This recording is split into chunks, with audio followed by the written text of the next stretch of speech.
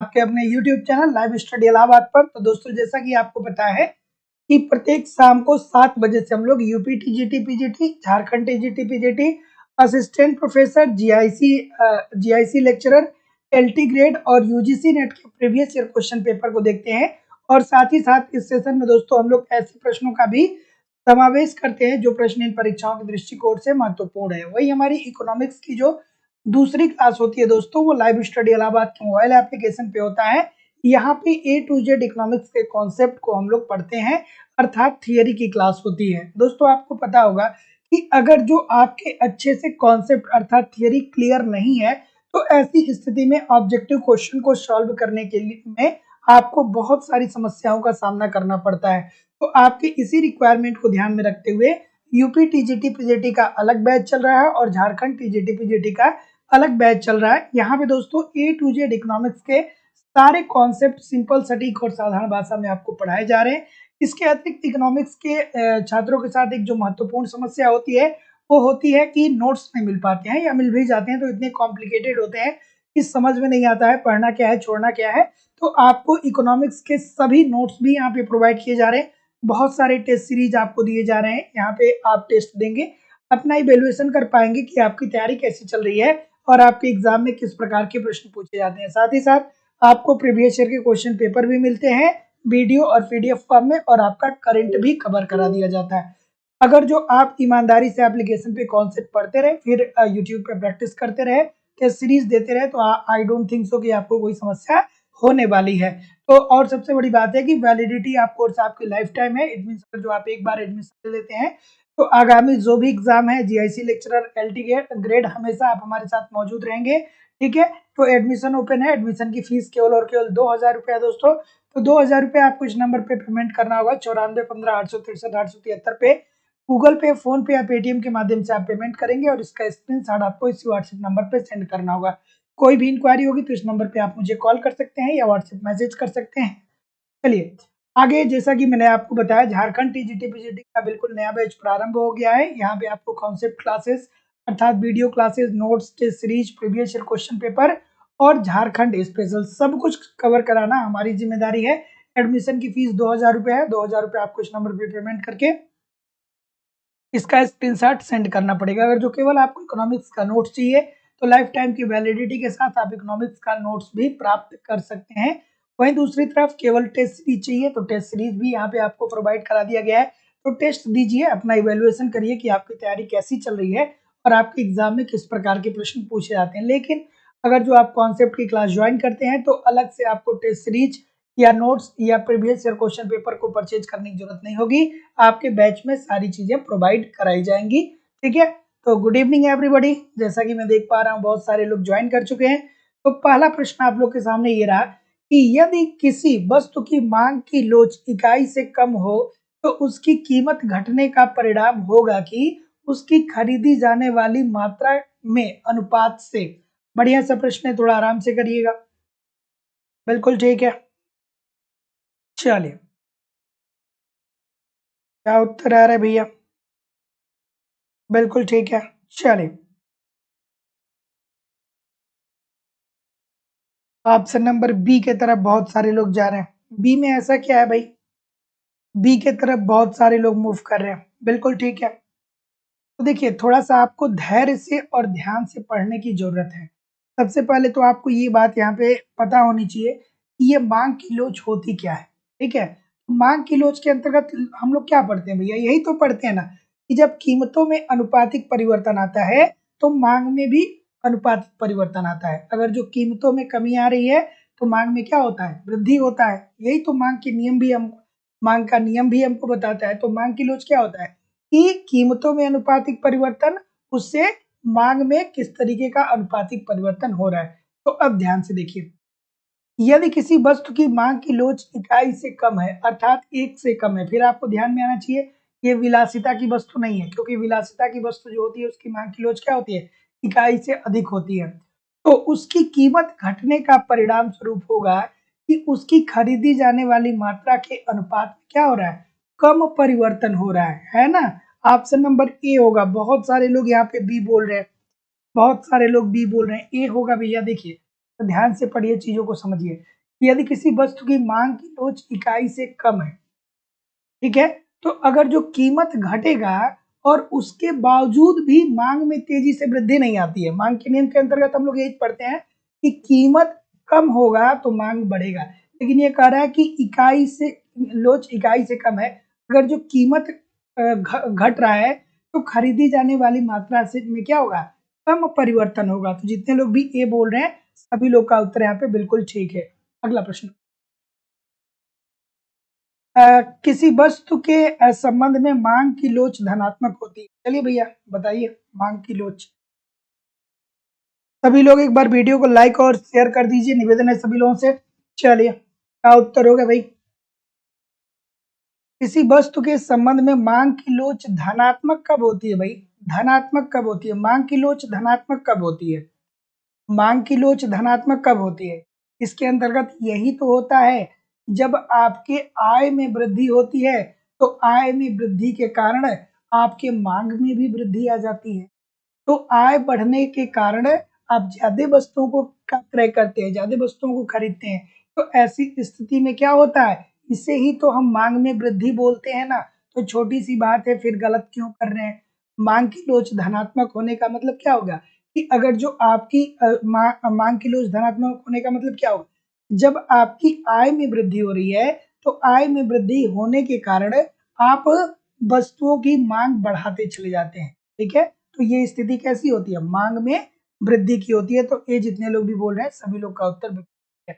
अगला प्रश्न, यदि स्कूटर की कीमत में 10% की कमी हो रही है तथा उसकी मांग में 30% की वृद्धि हो रही है, तो मांग की लोच क्या होगी। मोस्ट इंपॉर्टेंट प्रश्न, बहुत बार पूछा गया है ना। ध्यान से देखिए, ध्यान से देखिए, कीमत में केवल 10% की कमी हो रही है, मतलब अगर जो 100 रुपए की कोई कोई स्कूटर मिल रहा है तो ये अब 90 रुपए का मिलेगा, तथा उसकी मांग में 30% की वृद्धि हो रही है।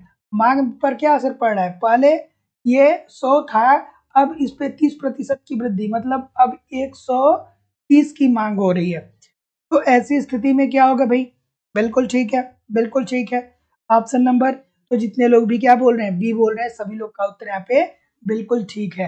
तो भैया लोचदार होगी, तो मांग की लोच सॉरी, यहाँ पे मांग की लोच लोचदार कब होती है या परिवर्तनशील कब होती है, तभी तो होती है ना कि अगर जो कीमत में कमी आ रहा है तो उससे क्या होगा, मांग में वृद्धि होगी। मांग की लोच के अंतर्गत हम लोग यही तो पढ़ते हैं ना कि जब वस्तुओं की कीमतों में परिवर्तन होता है तो इसी अनुपात में वस्तुओं के मांग में भी परिवर्तन होता है, ठीक है। तो ये क्या हो जाएगा, लोचदार हो जाएगा। क्यों लोचदार हो जाएगा, लोचदार का मतलब क्या होता है, फ्लेक्सिबिलिटी होती है, अर्थात परिवर्तन होता है। इट मीन्स की कीमत 10% की कमी आ रही है तो लोग 30% अपने मांग में वृद्धि कर रहे हैं, तो ये क्या हो जाएगा, लोचदार हो जाएगा।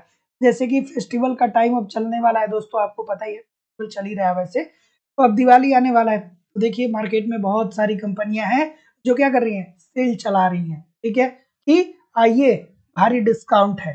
तो आपके घर में अगर जो पुराना वॉशिंग मशीन है या पुराना एसी है या पुराना टेलीविजन है, तो आप देख रहे हैं कि भैया चलिए ठीक है, फेस्टिवल का टाइम है, ये इलेक्ट्रॉनिक चीजें जो हैं इनकी कीमतों में कमी आ रही है, तो पुराने वाले को एक्सचेंज करके नया खरीद लेते हैं। ये क्या हो रहा है, लोचदार है ना मांग आपकी, बिल्कुल ठीक है। अगला प्रश्न आपके सामने ये रहा कि यदि कीमत की मांग लोच is equal to delta X upon delta P हो तथा delta X upon X is equal to 0 हो, तो मांग की कीमत लोच कैसी होगी। देखिए ये प्रश्न बार बार आपके सामने लाने का मेरा मकसद बस इतना होता है कि कभी ये पूछ देता है कि डेल्टा, कभी क्या करता है ना, ध्यान से देखिए बहुत सारे लोग गलत करते हैं। डेल्टा एक्स अपान एक्स का मान क्या दे दिया है, यहाँ पे 0 दे दिया है, ठीक है, और अपान क्या कर दिया है, डेल्टा पी अपान पी। दोस्तों आप सभी लोग को पता ही होगा कि ये जो ऊपर वाला, ऊपर अगर जो 0 आ जाए तो ये सारी चीजें क्या हो जाती हैं, 0 हो जाती है। लेकिन कभी कभी डेल्टा पी अपान पी 0 दे देता है, तो ऐसी स्थिति में क्या हो जाएगा, ये अनंत हो जाएगा, ठीक है। अगर जो नीचे 0 है तो ऐसी स्थिति में अनंत आ जाएगा। तो दोनों चीजों को आपको याद रखना है, ठीक है। तो ऊपर वाला दिया है, तो अगर जो ऊपर शून्य हो जाएगा तो पूरा भाई 0 हो जाएगा। तो जितने बोल रहे हैं बिल्कुल ठीक बोल रहे हैं। अगला प्रश्न, थोड़ा सा वीडियो को लाइक और शेयर जरूर कर दिया करिए। निवेदन है सभी लोगों से कि वीडियो को लाइक और शेयर कर दीजिए। एक बहुत ही शानदार और बेहतरीन सा प्रश्न आ गया। अगर जो आपने मांग का नियम पढ़ा होगा तो इस प्रश्न को आप बहुत अच्छे से ठीक तरीके से कर पाएंगे। ठीक है, चलिए भाई, ऑप्शन नंबर क्या आ रहा है? निम्न मांग तालिका में यदि कीमत 4 प्रति इकाई से कम होकर 2 प्रति इकाई रह जाती है तो मांग की लोच कैसी होगी? देखिए भैया, ध्यान से देखिए, ये क्या है?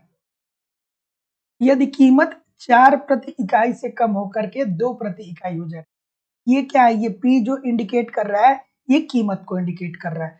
जब कीमत 4 रुपए किसी वस्तु की थी तो क्वांटिटी कितनी इसकी मांग हो रही थी? 50 मांग हो रही थी। लेकिन कीमतों में अब कमी आ रही है, तो 4 रुपए से अब इस वस्तु की कीमत अगर जो 3 रुपया हो गया तो ऐसी स्थिति में मांग बढ़ गई, 50 से 60 वस्तुओं की मांग होने लगी। फिर कीमतों में वृद्धि आ गई, 3 रुपया से अब ये मान लीजिए 2 रुपए का हो गया, तो और सस्ता हो गया। तो ऐसी स्थिति में अब कितनी मांग हो रही है? 15 की मांग हो 75 की मांग हो रही है। तो क्या उत्तर होगा भाई? जैसा कि मैं देख पा रहा हूँ बहुत सारे लोग गलत कर रहे हैं, कुछ लोग ए बता रहे हैं, कुछ लोग बी बता रहे हैं। तो मांग की लोच क्या होती है? मांगी गई मात्रा में अनुपातिक परिवर्तन अपान मूल्य में अनुपातिक परिवर्तन। तो जितने लोग भी यहाँ पे बी की बात बोल रहे हैं, इकाई के बराबर हो रहा है, सभी लोग का उत्तर यहाँ पे बिल्कुल ठीक है। Option number B according to the question this is the right answer हो जाएगा। देखिए, कीमतों में कमी के कीमतों में इधर क्या हो रहा है? 4 रुपए से 3 रुपए, 3 रुपए से 2 रुपए, तो यहाँ पे कीमतों में कमी आ रही है और कीमतों में कमी आने के कारण मांग में क्या हो रही है? वृद्धि हो रही है। 50 के बाद 60, 60 के बाद 75, तो ये क्या हो जाएगा? इकाई के बराबर हो जाएगा ना। तो जितने लोग भी बी बोल रहे हैं, सभी लोग का उत्तर यहाँ पे बिल्कुल ठीक हो जाएगा। अगला, एकांकी मांग लोच का अर्थ क्या होता है? चलिए, सभी लोग एक बार वीडियो को लाइक और शेयर जरूर कर दिया करिए। निवेदन है सभी लोगों से, इतने सारे लोग क्लास देख रहे हैं फिर भी लाइक और शेयर की संख्या बहुत कम है, तो सभी लोगों से निवेदन है लाइक शेयर कर दीजिए। आज के सेशन में बहुत अच्छी अच्छी चीजें आपको सीखने को मिलेंगी। क्या उत्तर होगा भाई? बिल्कुल ठीक है, बिल्कुल ठीक है। तो ऑप्शन नंबर क्या बोल रहे हैं भाई? देखिए, जब किसी वस्तु की मांग जब किसी वस्तु के मांग में सापेक्षिक परिवर्तन उसके मूल्य के सापेक्षिक परिवर्तन के बराबर हो तो उस वस्तु की मांग को हम एकांकी मांग लोच बोलते हैं। क्या बोलते हैं? एकांकी मांग लोच बोलते हैं। तो ध्यान रखिएगा कि जब किसी वस्तु की मांग में सापेक्षिक परिवर्तन उसके मूल्य के सापेक्षिक परिवर्तन के बराबर हो तो ऐसी मांग को हम लोग क्या बोलते हैं? एकांकी मांग की लोच बोलते हैं। और इसका अर्थ क्या हो जाएगा? ये एक के बराबर हो जाएगा। ठीक है, तो जितने लोग भी बी बोल रहे हैं, सभी लोग का उत्तर यहाँ पे बिल्कुल ठीक हो जाएगा। अगला प्रश्न, एक रैखिक मांग वक्र के लिए कीमत की सापेक्ष मांग की लोच मांग वक्र के प्रत्येक बिंदु पे कैसी होती है?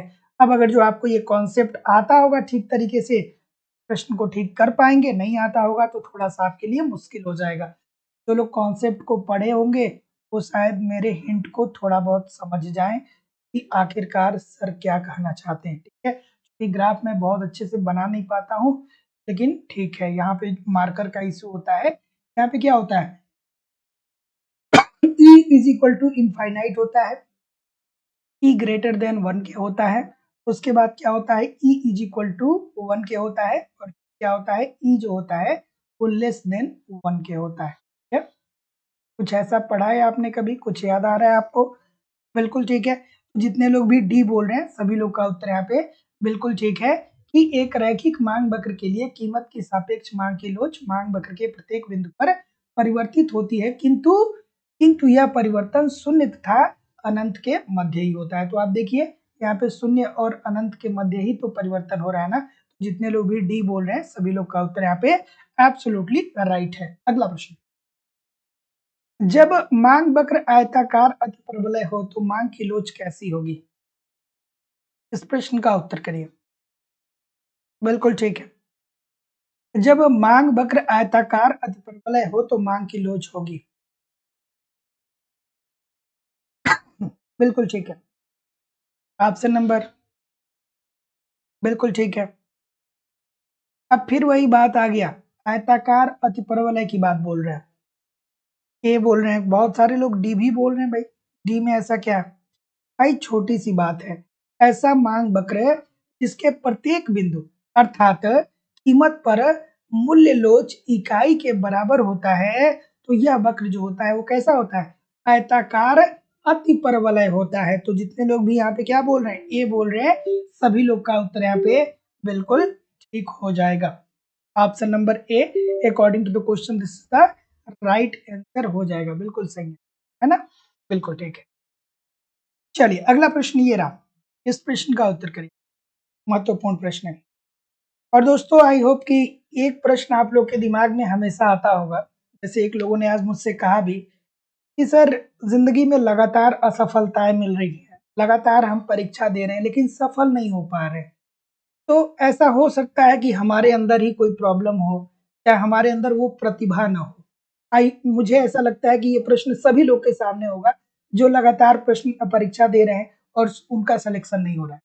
तो देखिए एक छोटी सी बात है, आप असफल हो रहे हैं ना, तो इसका मतलब ये नहीं है कि आपके पास प्रतिभा कम है, आपके पास टैलेंट कम है।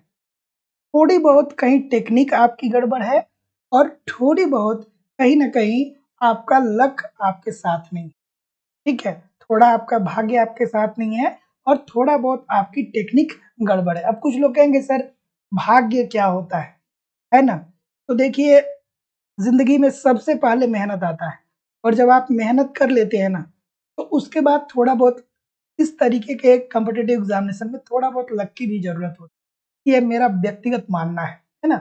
तो कभी भी ये मत सोचिए ना कि यार लगातार लाइफ में असफल हो रहे हैं, असफल हो रहे हैं, तो क्या गारंटी है कि अगली बार सफल हो जाएँगे? देखिए, वो विराट कोहली हो, सचिन तेंदुलकर हो, अक्षय कुमार हो या अजय देवगन, इन सभी के लाइफ में एक टाइम ऐसा आया है ना कि जब ये 2-3 वर्षों के लिए तक लगातार असफल रहे हैं, है ना? लगातार ये अपना जो काम कर रहे हैं, उसमें असफल होते रहे। लेकिन इसका मतलब ये नहीं कि इनके अंदर प्रतिभा की कमी है, इनके अंदर टैलेंट की कमी है। बहुत टैलेंट है, बहुत प्रतिभा है, लेकिन कुछ बुरा समय होता है, वो भी गुज़र जाएगा। मेहनत करते रहिए, इस तरीके की जो नेगेटिव बातें हैं, वो दिमाग में ना लाइए। चलिए, अगला प्रश्न आपके सामने ये रहा। बिल्कुल ठीक है। तो बी बोल रहे हैं बहुत सारे लोग, तो देखिए यदि किसी वस्तु की मांग की कीमत लोच इकाई से अधिक हो, मतलब कौन सी वस्तु है भाई? विलासिता वाली, याद आना चाहिए। तो वस्तु की कीमत में वृद्धि होने पर उस वस्तु पर किए जाने वाले कुल व्यय में क्या आ जाएगा? सॉरी, तो जितने लोग भी क्या बोल रहे हैं? बिल्कुल ठीक है, सॉरी।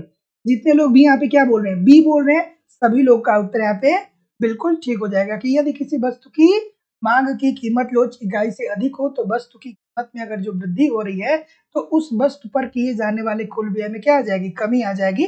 अभी कुछ देर पहले हमने इस क्वेश्चन के बारे में आपको ठीक तरीके से डिस्क्राइब किया था। तो जितने लोग भी बी बोल रहे हैं, सभी लोग का उत्तर यहाँ पे एब्सोल्युटली ठीक है। तो याद रखिएगा कि यदि किसी वस्तु की मांग की कीमत लोच इकाई से अधिक है, तो वस्तु की कीमत में वृद्धि होने पर उस वस्तु पर किए जाने वाले कुल व्यय में क्या आ जाती है? कमी आ जाती है। बिल्कुल ठीक है। अगला प्रश्न, आर्थिक सिद्धांत में मांग की लोच की संकल्पना का सर्वप्रथम प्रयोग किसने किया था? ये प्रश्न बहुत बार आया है, एक बार नहीं बहुत बार ये प्रश्न पूछे। बिल्कुल ठीक है, इस प्रश्न का उत्तर करिए।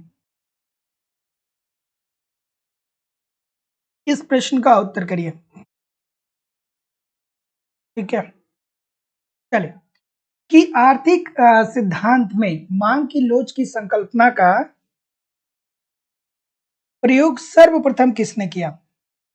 किसने किया भाई सर्वप्रथम? हिग्स की तरफ सभी लोग जा रहे हैं, कुछ लोग मार्शल भी बता रहे हैं। और कोई भाई? कुछ लोग हिग्स, कुछ लोग मार्शल की बात कर रहे हैं। बिल्कुल ठीक है। तो कीमत प्रभाव अगर जो आप पढ़े होंगे दोस्तों, तो आप बहुत आराम से इस प्रश्न का उत्तर कर पाएंगे। तो आर्थिक सिद्धांत में मांग की लोच की संकल्पना का प्रयोग सर्वप्रथम करने का श्रेय किसको जाता है? ये जाता है भैया मार्शल साहब को। तो जितने लोग भी यहाँ पे क्या बोल रहे हैं? बी बोल रहे हैं, सभी लोग का उत्तर बिल्कुल ठीक होगा। इस प्रश्न को ध्यान में रखिएगा, ये प्रश्न आपके एग्जाम में पूछा जा सकता है। अगला प्रश्न, ये प्रश्न बहुत बार पूछा गया और प्रश्न बहुत आसान है, बशर्ते अगर जो आप प्रैक्टिस किए हैं तो बहुत आसानी से इसका उत्तर कर पाएंगे। प्रैक्टिस नहीं किए हैं तो नहीं कर पाएंगे। ठीक है, बिल्कुल ठीक है, बिल्कुल ठीक है। क्या उत्तर होगा भाई?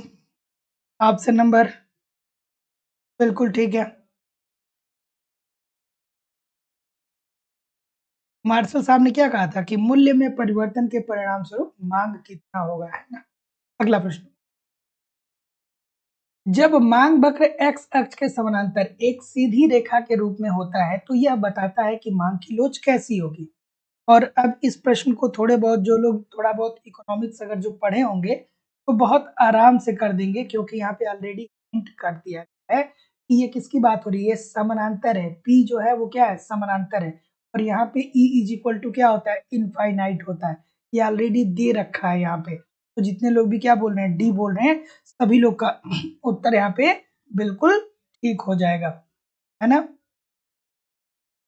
इसमें क्या होता है, इसमें क्या होता है भाई, यही तो होता है ना कि यदि वस्तु की कीमत थोड़ी सी अधिक बढ़ती है तो उसकी मांग की मात्रा क्या हो जाती है, शून्य हो जाती है। बिल्कुल ठीक है। तो जितने लोग भी ऑप्शन नंबर क्या बोल रहे हैं, डी बोल रहे हैं, बिल्कुल। अगला प्रश्न,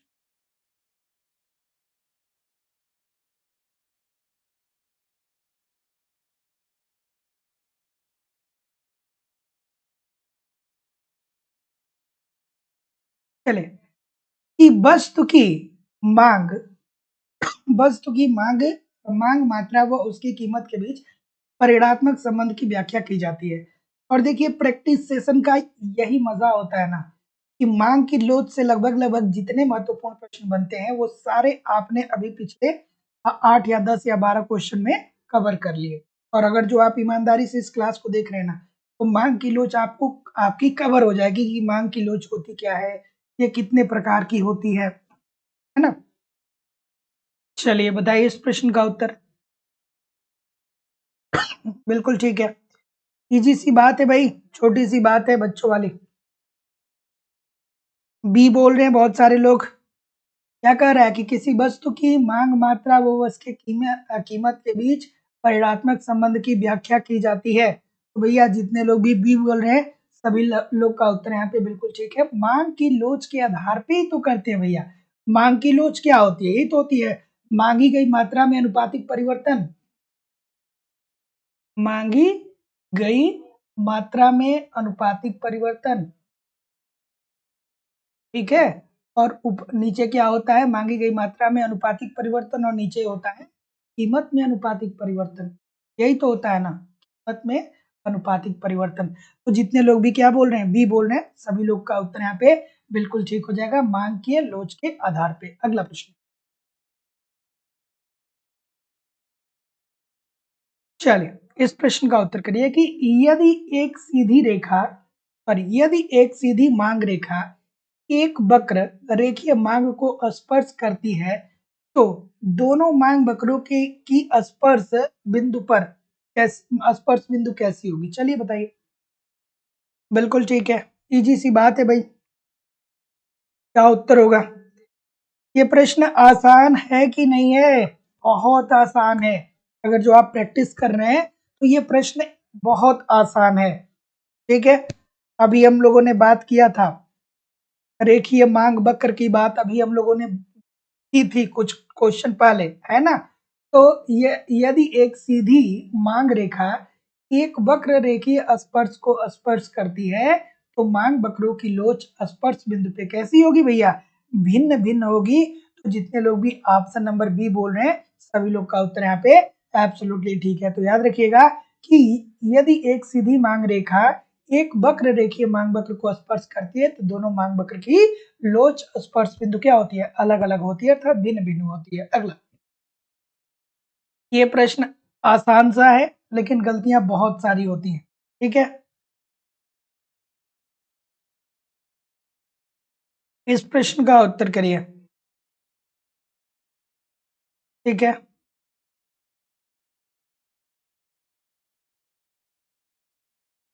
बिल्कुल। एक ग्राहक की क्रय शक्ति में परिवर्तन के द्वारा मांग में परिवर्तन कहलाता है? क्या उत्तर होगा भाई? बहुत आसान सा प्रश्न है। बिल्कुल ठीक है। आस, सॉरी, आसान सा है कि नहीं? बिल्कुल आसान है, बिल्कुल आसान है। एक ग्राहक की क्रय शक्ति में अगर जो परिवर्तन हो रहा है तो मांग में परिवर्तन क्या कहलाएगा? इसे आय प्रभाव ही तो बोलते हैं ना। मान लीजिए कि आपकी आय जो है वो ज्यादा हो रही है तो आपकी क्रय शक्ति बढ़ेगी। अगर जो आपकी आय कम हो रही है तो आपकी क्रय शक्ति कम होगी। आय आपकी बढ़ रही है तो आप मांग भी बढ़ाएंगे, और आय आपकी कम हो रही है तो आप मांग को भी कम करेंगे। तो ये तो आपका आय प्रभाव हो जाएगा ना। तो जितने लोग भी ये बोल रहे हैं सभी लोग का उत्तर है।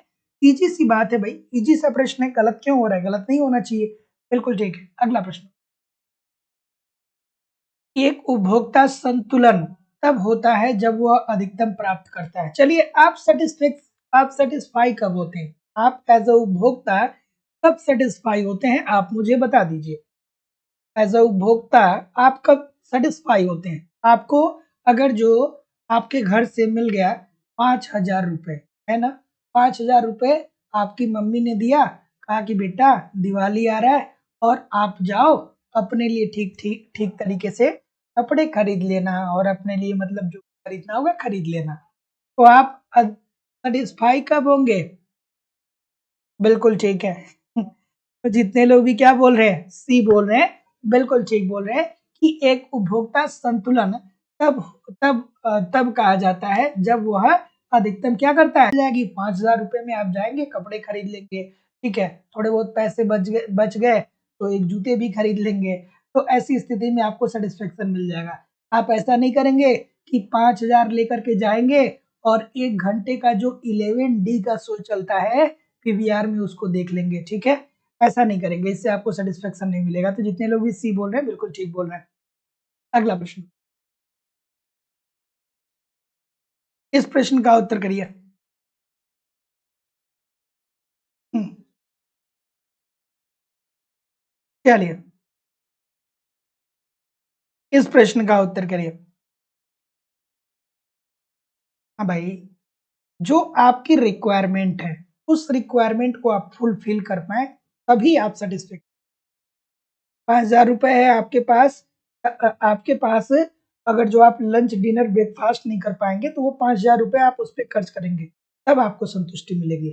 तब आपको 5,000 रुपए कपड़े पे खर्च कर देंगे तो संतुष्टि नहीं मिलेगी। बिल्कुल ठीक है। अगला प्रश्न,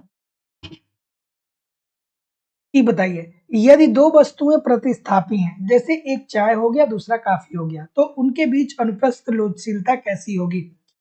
सभी लोग बी की तरफ जा रहे हैं भाई। ठीक है, बिल्कुल ठीक है। यदि दो वस्तुएं प्रतिस्थापी है जैसे चाय और कॉफी, तो उनके बीच अनुप्रस्थ लोचशीलता कैसी होती है? इजी सी बात है भैया, धनात्मक होती है। क्यों धनात्मक होती है सर? तो देखिए, अगर जो चाय की कीमत में वृद्धि आ जाएगी तो आप कॉफी के तरफ मूव कर जाएंगे, है ना, क्योंकि आपके पास ऑप्शन है, चाय की कीमत में वृद्धि हो जाएगी तो आप कॉफी के तरफ मूव कर जाएंगे, या कॉफी के मूल्य में वृद्धि होगी तो आप चाय के तरफ मूव कर जाएंगे। तो जितने लोग भी क्या बोल रहे हैं? धनात्मक बोल रहे हैं। सभी लोग का उत्तर बिल्कुल ठीक है। अगला प्रश्न, गिफिन वस्तुएं संदर्भित करती हैं। गिफिन वस्तुएं क्या होती हैं भैया? सबके दिमाग में आना चाहिए। पहली बात आपके दिमाग में आना चाहिए कि गिफिन वस्तुएं ऐसी वस्तुएं होती हैं जब किसी वस्तु की कीमत गिरती, ऐसी ये निम्न कोटि की ऐसी वस्तुएं होती हैं तब कीमतें कीमतें गिरने के कारण मांग में भी कमी आ जाती है। अर्थात यहाँ पे बाजार का नियम लागू नहीं होता है। बाजार का नियम क्या होता है कि जब किसी वस्तु की कीमत गिरती है तो उसकी मांग बढ़ जाती है, लेकिन जो गिफिन वस्तुएं होती हैं यहाँ पे कीमत गिरने के कारण मांग में भी कमी आ जाती है। जैसा कि बाजरा हो गया, जैसा कि किरोसिन ऑयल हो गया जिसे मिट्टी का तेल बोला जाता है। तो चलिए, ऑप्शन नंबर ए जितने लोग भी बोल रहे हैं क्या ठीक बोल रहे हैं? ए वाले नहीं है, हाँ, ए कोई नहीं बोल रहा है। तो जितने लोग भी डी बोल रहे हैं अपकृष्ट वस्तुएं होती है, सभी लोग का उत्तर बिल्कुल ठीक है।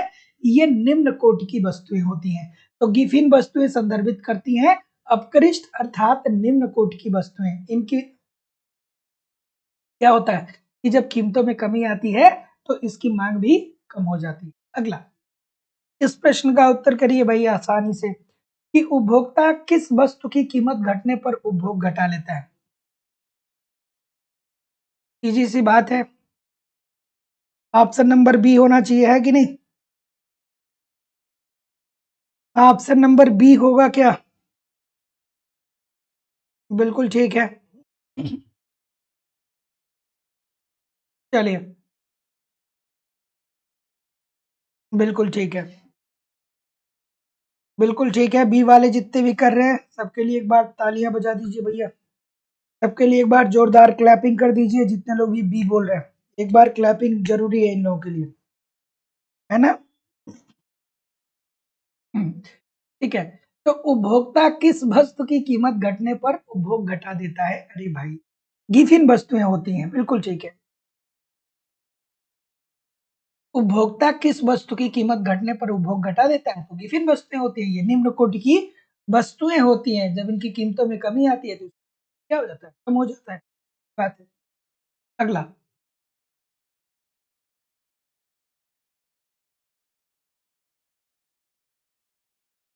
देखिए, बाजरे का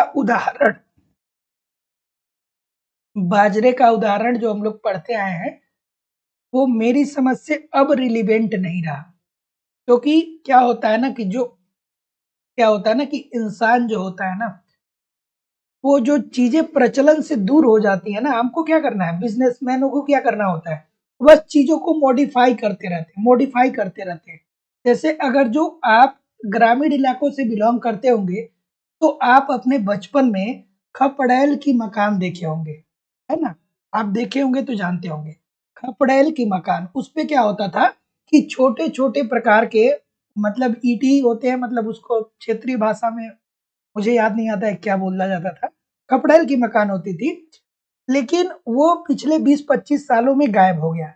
लेकिन अब क्या हो रहा है कि अब जो नए इंजीनियर आ रहे हैं ना, अब एक बिल्डिंग बना रहे हैं, और बिल्डिंग भी कुछ उसी आकार का बन रहा है। जो जो बचपन में आप लोगों ने खपड़ैल जो देखा था, वो कच्ची मकान हुआ करती थी। अब उसी प्रकार के बड़े-बड़े बिल्डिंग बन रहे हैं उसी डिज़ाइन से, है ना? तो ये क्या होता है, चलता रहता है चीज़ें।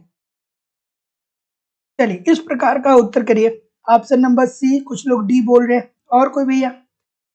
उपभोक्ता के व्यवहार में उपयोगिता विश्लेषण तरीके में निम्नलिखित में से कौन सी एक मान्यता नहीं है?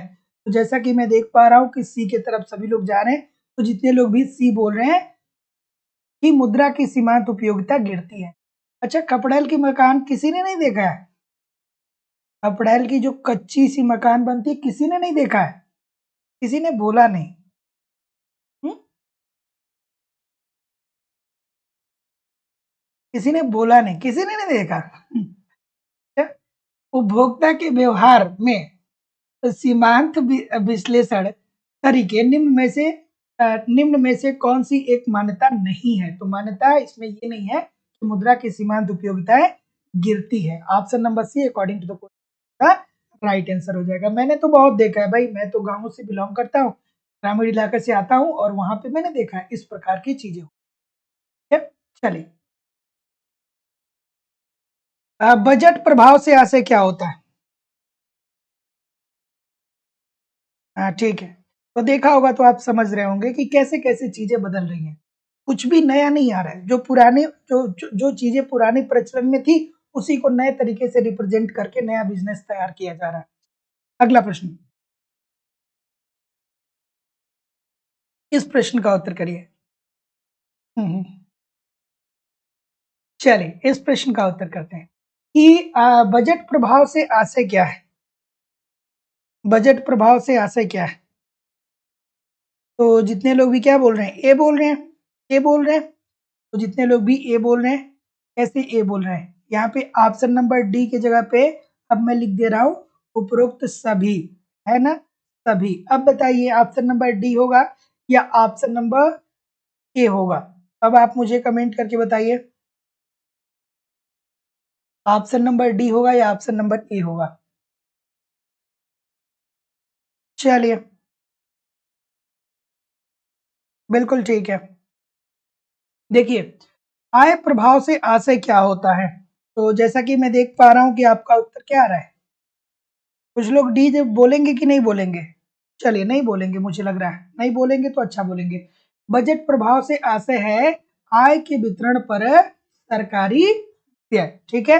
क्योंकि भैया देखिए, इसमें ऑप्शन नंबर अगर जो उपरोक्त में से कोई नहीं की जगह पे सभी देता ना, तो बहुत सारे लोग डी के तरफ जाते। एक प्रश्न आया था पहले, लेकिन किसी भी कीमत पे डी इसका उत्तर नहीं होगा। अगर जो उपरोक्त में से सभी देगा तो भी बजट प्रभाव से केवल और केवल आशय होता है आय के वितरण पर सरकारी प्रभाव। बजट करते समय बजट का निर्माण करते समय क्या होता है दोस्तों? यही तो होता है ना कि सरकार को जो पैसा मिला है, सरकार को जो आय हुई है, उस आय को सरकार किन किन क्षेत्रों में कैसे कैसे व्यय करेगी। तो जितने लोग भी ए बोल रहे हैं सभी लोग का उत्तर यहाँ पे बिल्कुल ठीक हो जाएगा। इस प्रश्न का उत्तर करिए, ठीक है। मार्शल के अनुसार एक्स तथा वाई दो वस्तुओं के बीच एक उपभोक्ता के संतुलन की दशा तब होगी जब यूटिलिटी को मुद्रा में मापते हैं क्या? मुनेश पटेल जी पूछ रहे हैं, इनको बताइए आप कि उपयोगिता को मुद्रा के रूप में मापा जा सकता है, ये किस अर्थशास्त्री ने कहा था? कमेंट करके इनको बताइए सभी लोग। सारे प्रश्न का उत्तर मैं ही दूं, आप लोग भी दीजिए। किसने कहा था कि मुद्रा उपयोगिता को मुद्रा का के रूप में मापा जाता है, मापा जा सकता है, उपयोगिता को संख्यात्मक रूप से मापा जा सकता है? चलिए बताइए। तो मार्शल के अनुसार एक्स तथा वाई दो वस्तुओं के बीच एक उपभोक्ता के संतुलन की दशा तब होगी जब, जितने लोग भी यहाँ पे क्या बोल रहे हैं भैया? सी बोल रहे हैं, सी बोल रहे हैं, बिल्कुल ठीक बोल रहे हैं। M U X upon M U Y is equal to P X upon P Y. तो दोस्तों आपने एक बार नहीं बहुत बार पढ़ा होगा इसको। M U X upon Y M U Y is equal to P X upon P Y, ठीक है। तो ये तो एक बार नहीं बहुत बार देखें, कभी एक टर्म कभी दो तीन पूछा ही जाता है बेसिकली, ठीक है।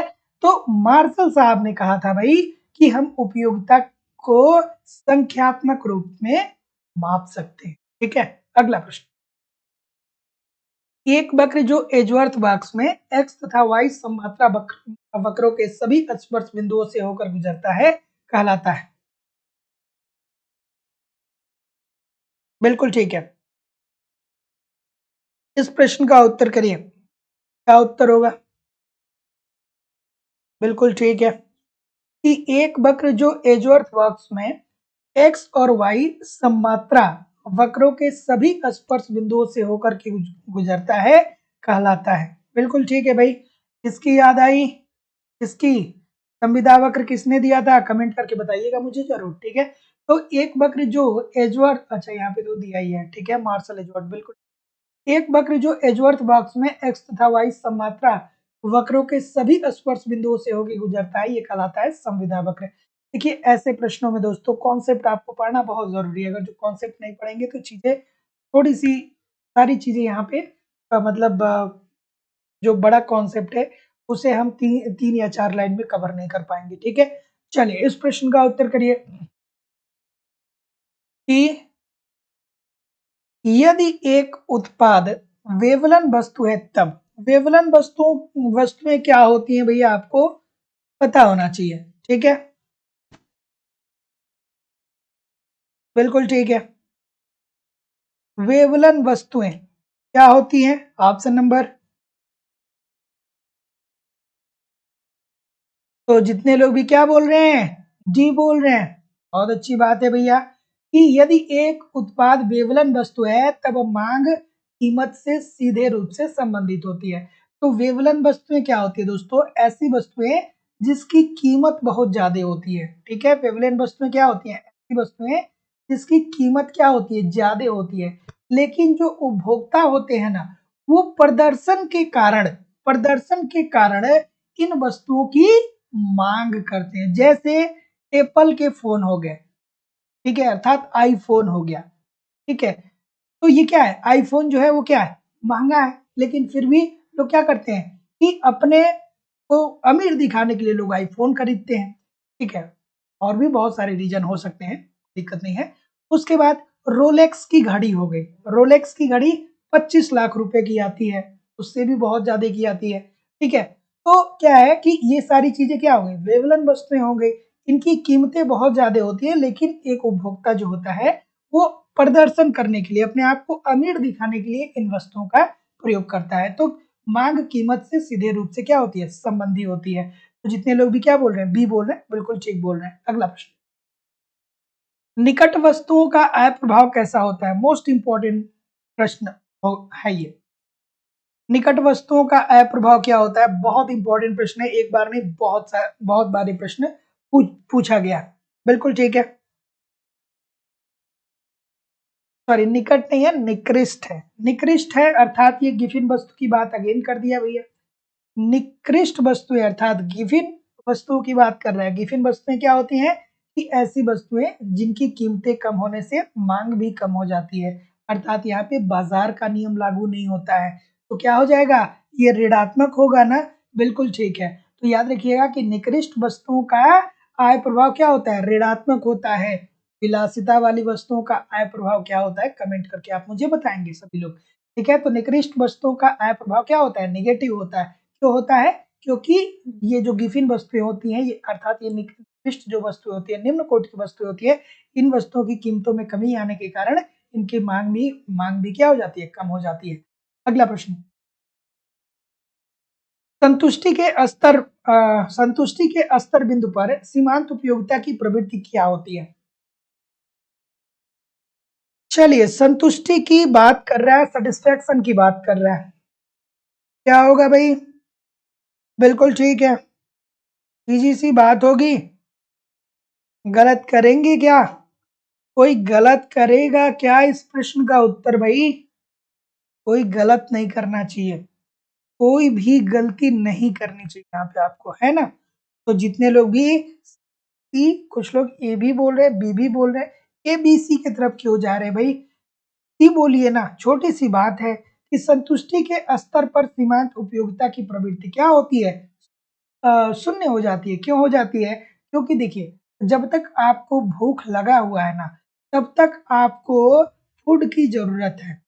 लेकिन जैसे ही आपने क्या किया, मान लीजिए कि अपना डिनर कंप्लीट, तो जब आप एक बार जब कंप्लीटली भोजन कर लेते हैं, तो उसके बाद किसी भी मतलब खाने से संबंधित जो भी वस्तुएं हैं, उसकी सीमांत उपयोगिता आपके लिए क्या हो जाएगी, शून्य हो जाएगी। क्योंकि अगर जो एक बार आपका पेट क्या हो गया, भर गया है, तो फिर क्या कर सकते हैं कि दोबारा आपको कोई कुछ भी ला करके दे दे, उस वो आपके लिए महत्वपूर्ण नहीं रह जाती है। तो वही बात बोल रहा है कि संतुष्टि के स्तर बिंदु पे, संतुष्टि के स्तर बिंदु पर सीमांत उपयोगिता की प्रवृत्ति क्या होती है, शून्य होती है। तो ऑप्शन नंबर, जितने लोग भी सी बोल रहे हैं, बिल्कुल ठीक बोल रहे हैं। अगला प्रश्न, निम्न में से किस नियम के कारण मांग वक्र नीचे की ओर ढाल वाला होता है? दोस्तों, कमेंट करके आप लोग मुझे बताइए कि हाँ बिल्कुल ठीक है, कोई दिक्कत नहीं। हाँ ठीक है, इस प्रश्न का उत्तर करिए कि निम्न में से किस नियम के कारण मांग वक्र नीचे की ओर ढाल वाला होता है? क्या उत्तर होगा भाई? बिल्कुल ठीक है, चलिए ठीक है।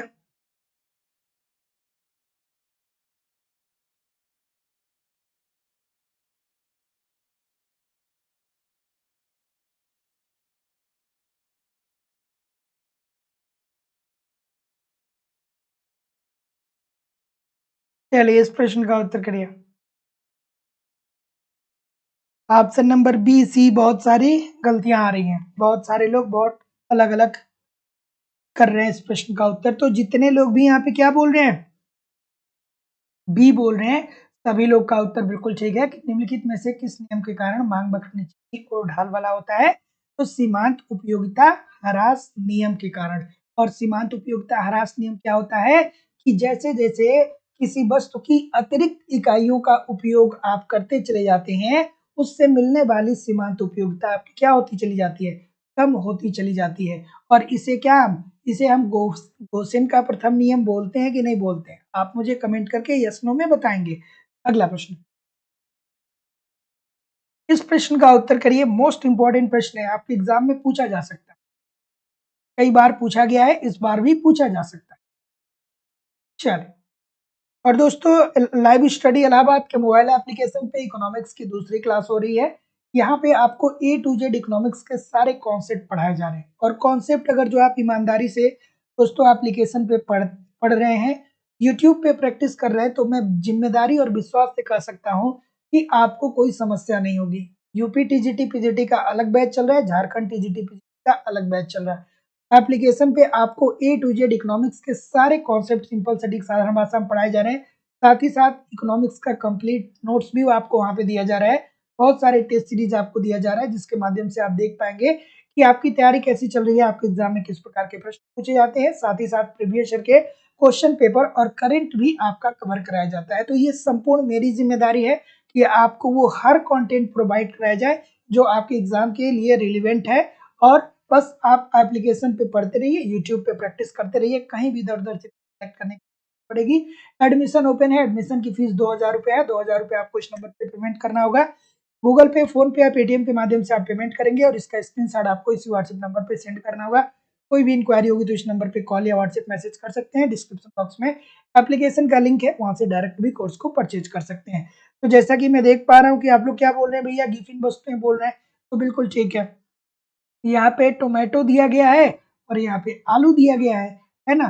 तो देखिए, बिंदु ए की बजाय बिंदु बी पर संतुलन प्राप्त करता है, इस स्थिति में आलू के संबंध में क्या सही है। ठीक है, तो ये क्या हो जाएगा दोस्तों, पहले ये क्या था, यहाँ पे देखिए, ये आलू, ये यहाँ पे ये टमाटो, और ये क्या हो गया, सॉरी पी क्यू, हाँ ठीक है। ये पहली वाली कंडीशन क्या थी भैया, पी क्यू की थी, और दूसरी वाली कंडीशन क्या हो गई, पी क्यू डैश की हो गई। तो जाहिर सी बात है भैया कि ये गिफिन वस्तुओं की बात कर रहा है, बिल्कुल ठीक है, निकृष्ट वस्तुओं की बात कर रहा है। इसको मैंने बहुत बार एक्सप्लेन किया। तो जितने लोग भी यहाँ पे सी बोल रहे हैं, सभी लोग का उत्तर यहाँ पे सबको ठीक है ना। मतलब ये प्रश्न सबको समझ में आ रहा है कि नहीं आ रहा है ना। तो जितने लोग भी सी बोल रहे हैं, सभी लोग का उत्तर बिल्कुल ठीक हो जाएगा। फिर वही बात मैं बोलूंगा जो लगातार बोलते आ रहा हूँ, क्या होता है कि जब वस्तुओं की कीमतों में कमी आती है तो मांग भी क्या हो जाते हैं, कम हो जाते हैं। तो जितने लोग भी सी बोल रहे हैं, सभी लोग का उत्तर यहाँ पे बिल्कुल ठीक है। चलिए, इस प्रश्न का उत्तर करिए।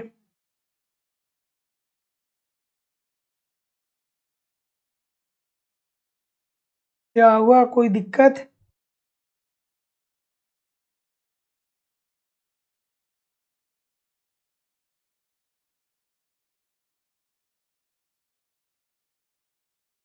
कोई प्रॉब्लम किसी को?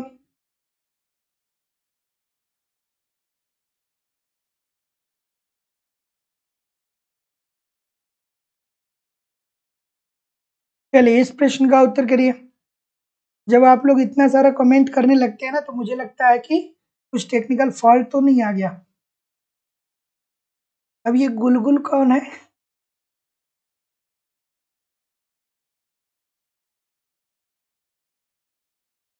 ये गुलगुल कौन है? अच्छा, इस प्रश्न का उत्तर करिए कि अभिकथन दिया गया है और तर्क दिया गया है। इसकी याद आनी चाहिए। प्रकटित अधिमान सिद्धांत, पाल सेम्युलसन। ठीक है, सेम्युलसन साहब याद आए? पाल सेम्युलसन। प्रकटित अधिमान सिद्धांत किसने दिया था, पाल सेम्युलसन ने दिया था ना।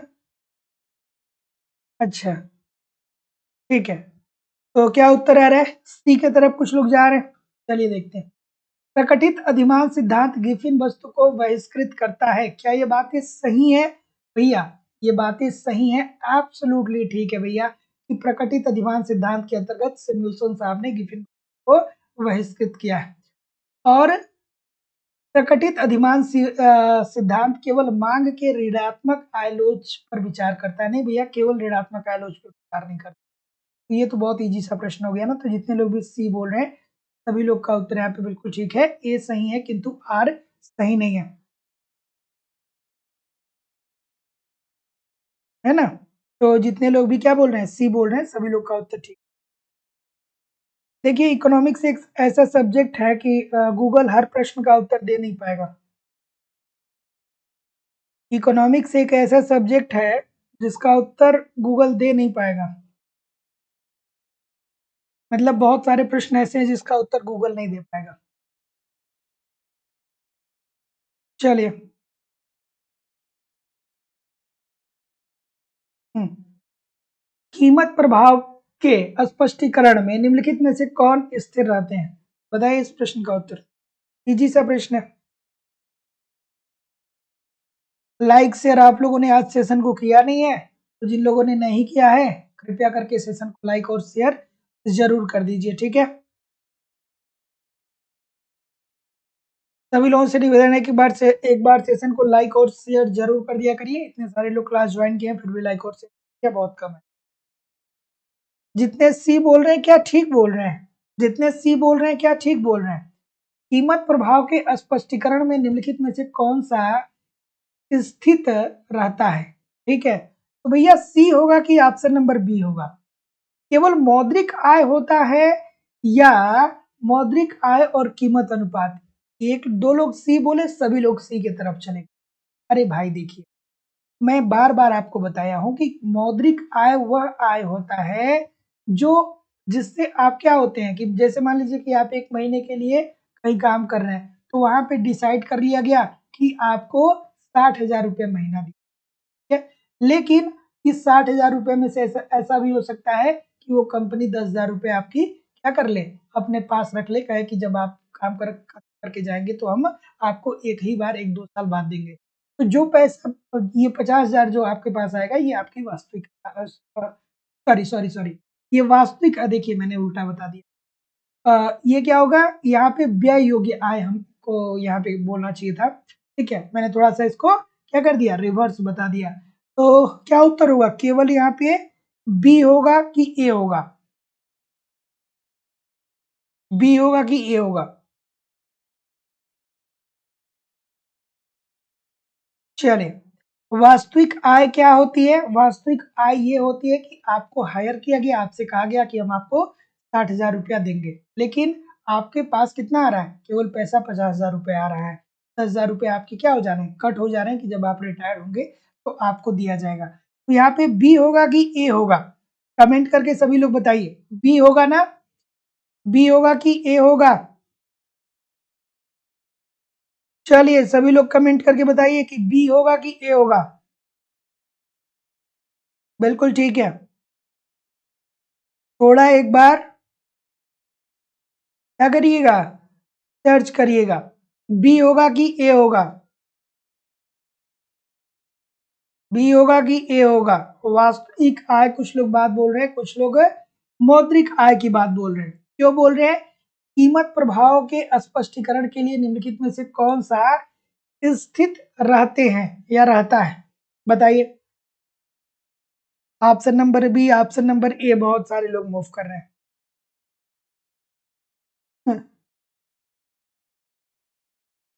Option number B, option number A. बिल्कुल ठीक है, बिल्कुल ठीक है।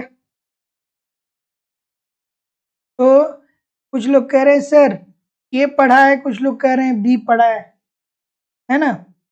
तो जितने लोग भी बी केवल कर रहे हैं, सभी लोग का उत्तर ठीक है और जिन लोगों ने भी ए पढ़ा है, वो आप मुझे इस क्वेश्चन को पढ़िएगा ध्यान से, इस प्रश्न को समझिएगा और अगर जो मेरे द्वारा इस प्रश्न का उत्तर गलत बताया जा रहा है, तो आप मुझे व्हाट्सएप कर दीजिएगा।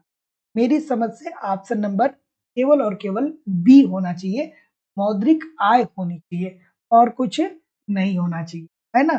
Option number B this is the right answer.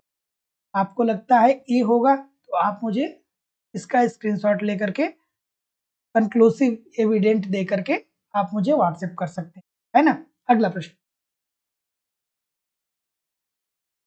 क्लस्ट की समीकरण का संबंध निम्न में से किसके अपघटन से संबंधित है?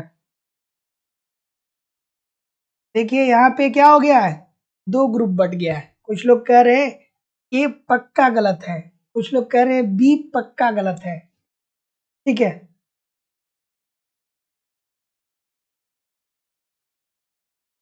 चलिए इस प्रश्न का उत्तर करिए। क्लस्ट की समीकरण का संबंध निम्न में से किसके अपघटन से संबंधित है? चलिए भाई, स्लस्ट की साहब की बात आ रही है, तो अगेन क्या बोलेंगे? सी बोलेंगे। सी वाला कोई है? नहीं है। तो स्लस्ट की समीकरण का संबंध निम्न में से किसके अपघटन से संबंधित है? तो मूल्य प्रभाव को प्रतिस्थापन और आय प्रभाव में। तो जितने लोग भी ये बोल रहे हैं सभी लोग का उत्तर बिल्कुल ठीक है।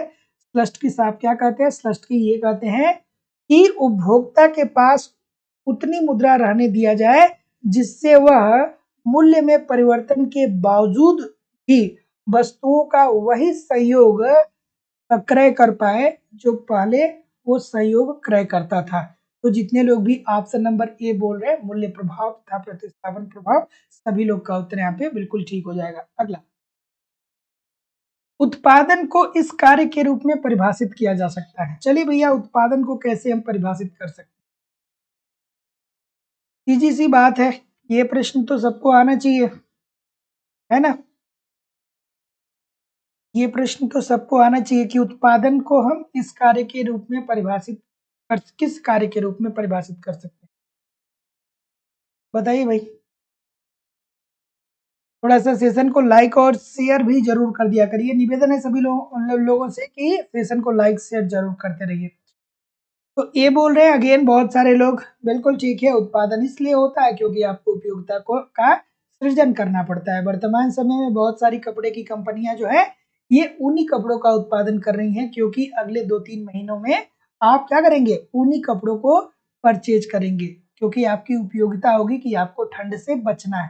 ठंड से बचने के लिए ऊनी कपड़ों का उत्पादन मतलब ऊनी कपड़े आपके लिए जरूरी होंगे, आप परचेज करेंगे। ये आपकी उपयोगिता है और इस वजह से कपड़े की कंपनियां क्या कर रही है? ऊनी कपड़ों का उत्पादन कर रही है। बिल्कुल ठीक है। उत्पादन को इस कार्य के रूप में परिभाषित किया जा सकता है सृजन। अगला प्रश्न, परिवर्तनशील अनुपातों का नियम संबंधित है। बहुत सारे लोग इस प्रश्न को गलत करते हैं। बहुत चलिए, बहुत सारे लोग इस प्रश्न का उत्तर गलत करते हैं भैया कि परिवर्तनशील अनुपातों का नियम किससे संबंधित है? बिल्कुल ठीक है। तो सबसे पहले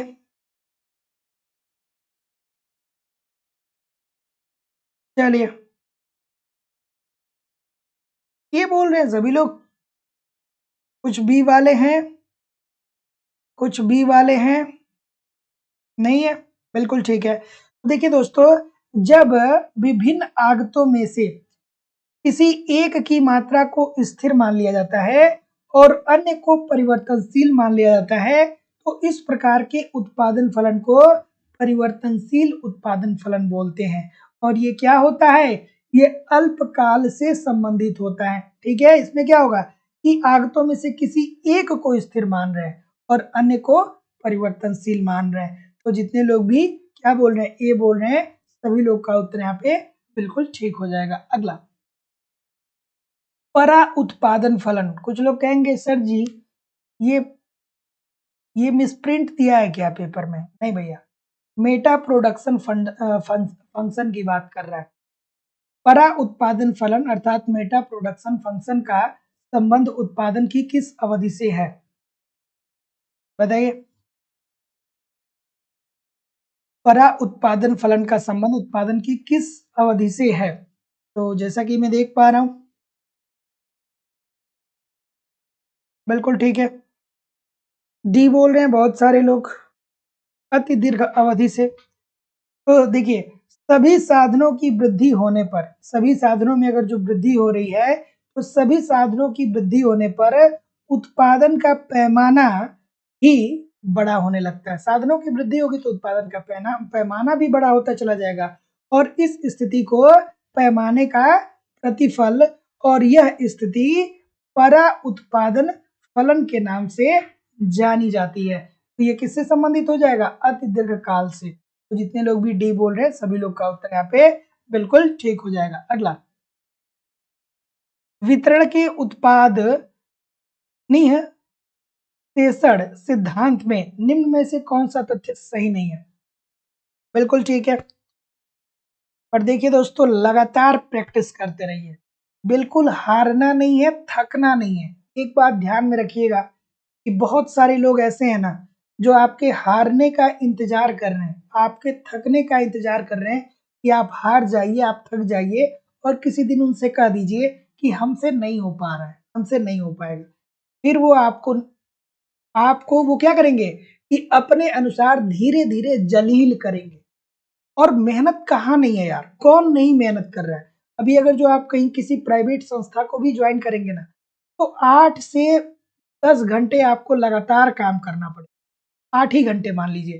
तो आप फिर वहाँ पे जब काम करेंगे और थोड़ा-सा पैसा मिलेगा ना, तो लगेगा कि यार इतना मेहनत तो पढ़ाई में कर लिए होते तो बहुत आगे चीज़ बढ़ गई होती, है ना? बहुत सारे लोग कहते हैं, सर पढ़ाई में बहुत मेहनत करना पड़ता है। कहाँ पे मेहनत नहीं करना पड़ता है? एक जो कबाड़ी वाला आपके मोहल्ले में आता है ना, सुबह 7 बजे से ही वो फेरी लगाना शुरू कर देता है, तब शाम को उसको रोटी मिल पाती है। तो मेहनत तो सभी लोग कर रहे हैं, आप भी करिए, है ना? तो ये नहीं कि पढ़ाई में बहुत मेहनत है, बहुत मेहनत नहीं है, हर जगह मेहनत है। अगला प्रश्न, कि वितरण के उत्पाद निषेचन सिद्धांत में निम्न में से कौन सा तथ्य सही नहीं है? क्या उत्तर होगा भाई? तो जितने लोग भी ऑप्शन नंबर क्या बोल रहे हैं? बी बोल रहे हैं। बिल्कुल ठीक है। जितने लोग भी यहाँ पे बी बोल रहे हैं, सभी लोग का उत्तर यहाँ पे एब्सोल्युटली दोस्तों ठीक है, कि वितरण के उत्पाद, ठीक है, वितरण के उत्पाद निषेचन सिद्धांत में निम्न में से कौन सा तथ्य सही नहीं है? तो सही नहीं है, प्रत्येक कारक को उसकी बाजार कीमतों के अनुसार भुगतान किया जाता है। तो ऑप्शन नंबर जितने लोग भी बी बोल रहे हैं, सभी लोग का उत्तर बिल्कुल ठीक है। तो वितरण का उत्पाद निषेचन सिद्धांत निम्नलिखित में से कौन सा तथ्य सही नहीं है? तो प्रत्येक कारक को उसकी बाजार कीमत के अनुसार भुगतान किया जाता है। अब ऐसे प्रश्नों के लिए आपको थोड़ा बहुत कॉन्सेप्ट पढ़ना पड़ेगा, कॉन्सेप्ट पढ़ना जरूरी है, नहीं पढ़ेंगे तो इन सारे ये बड़े-बड़े कॉन्सेप्ट होते हैं, 2, 4, 5 लाइन में कंप्लीट नहीं बताया जा सकता है। अगला प्रश्न, इस प्रश्न का उत्तर करिए। बिल्कुल ठीक है, ठीक है। हुँ, चलिए,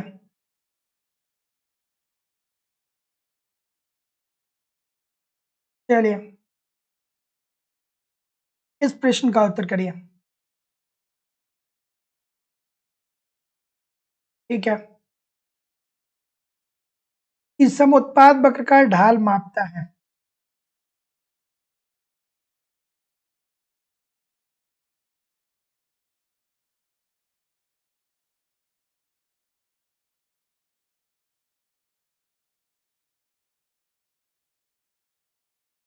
चलिए, ऑप्शन नंबर क्या बोल रहे हैं आप लोग? ए बोल रहे हैं।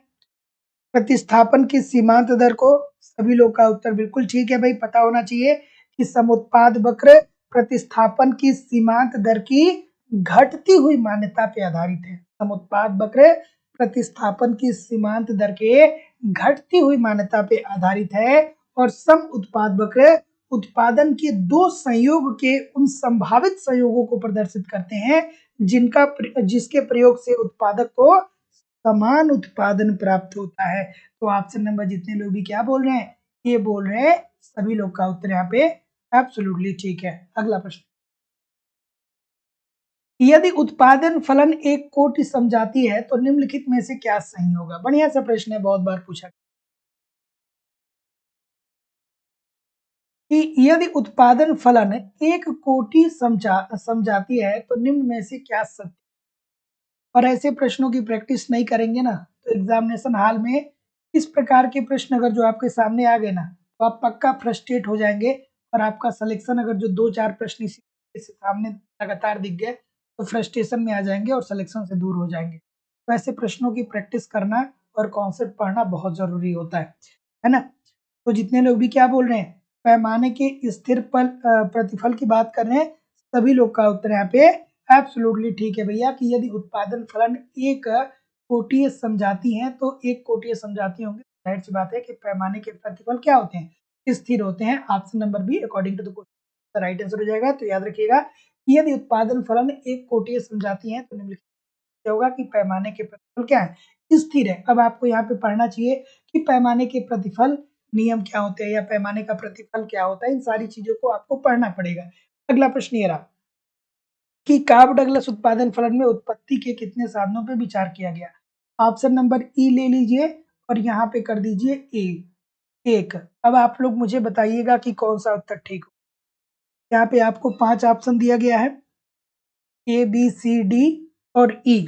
अब आप मुझे बताइएगा कि ई सही होगा क्या। बिल्कुल ठीक है, बिल्कुल ठीक है, ठीक है। ई वाला कोई नहीं है ना, कोई नहीं है, बिल्कुल ठीक है। तो याद आया कौन कौन से साधन है, एक है श्रम और दूसरा है पूंजी। तो कार्ब डगलस उत्पादन फलन में उत्पत्ति के कितने साधनों पे विचार किया गया, 2 साधन पे। पहला साधन श्रम है और दूसरा साधन क्या है, पूंजी है। श्रम का अनुपात कितना है भैया, श्रम का अनुपात कितना है, 1/4 है। और पूंजी का उत्पादन क्या है, 3/4 है। ये दोनों मिलकर क्या हो जाते हैं, 1 हो जाते हैं। तो इसीलिए प्रतिस्थापन की लोच जो होती है क्या होती है, वो 1 होती है। ये लोग भी ये बोल रहे हैं, ठीक बोल रहे हैं। कार्ब डगलस उत्पादन फलन में उत्पादन के साधनों की प्रतिस्थापन लोच होती है। बच्चों वाला प्रश्न आ गया, बच्चों वाला प्रश्न आ गया, बिल्कुल ठीक है। तो कार्ब डगलस उत्पादन फलन में अगर जो प्रतिस्थापन की लोच की बात करें तो क्या कहते हैं कि प्रतिस्थापन की लोच इज इक्वल टू क्या होता है, कहते हैं ना कि साधन उत्पाद में सापेक्षिक परिवर्तन, साधन उत्पाद में सापेक्षिक परिवर्तन अपान प्रतिस्थापन की सीमांत दर में सापेक्षिक परिवर्तन। और ये किसके बराबर होता है भैया, इकाई के बराबर होता है। तो ये लोग भी बी बोल रहे हैं, बिल्कुल ठीक बोल रहे हैं। थोड़ा सा सेशन को लाइक शेयर किया करिए, ठीक है। निवेदन है सभी लोगों से, इतने सारे लोग क्लास देख रहे हैं फिर भी लाइक और शेयर बहुत कम है। सभी लोगों से निवेदन है कि सेशन को लाइक और शेयर कर दीजिए, चैनल को सब्सक्राइब कर लीजिए। प्रत्येक दिन शाम को 7 बजे आपकी क्लास होती है, बिल्कुल ठीक है। चलिए, कि रिज रेखाओं पर श्रम पूंजी की सीमांत उत्पादकता होती है। अब ये रिज रेखाओं की बात कर रहे हैं, MRTS, बिल्कुल ठीक है। ऑप्शन नंबर सी बहुत सारे लोग बोल रहे हैं, शून्य बोल रहे हैं, बिल्कुल ठीक है। तो जितने लोग भी सी बोल रहे हैं भैया, आपकी बात बिल्कुल ठीक है। एक रिज रेखाओं के सभी बिंदुओं पर प्रतिस्थापन की सीमांत दर जो होती है वो शून्य होती है। सर शून्य क्यों होती है, क्योंकि विभिन्न बिंदुओं पर खींची गई स्पर्श रेखाएं जो होती हैं वो परस्पर समानांतर होती हैं। तो ऑप्शन नंबर जितने लोग भी सी बोल रहे हैं सभी लोग का उत्तर बिल्कुल सही है। अगला, किसी फर्म का खंड सम बिंदु व्यक्त करता है, किसी फर्म का,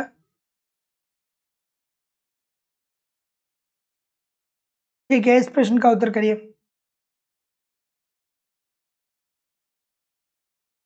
बिल्कुल, कि किसी फर्म का खंड सम बिंदु व्यक्त करता है। इजी सा प्रश्न है कि खंड सम बिंदु का मतलब क्या हो गया भाई,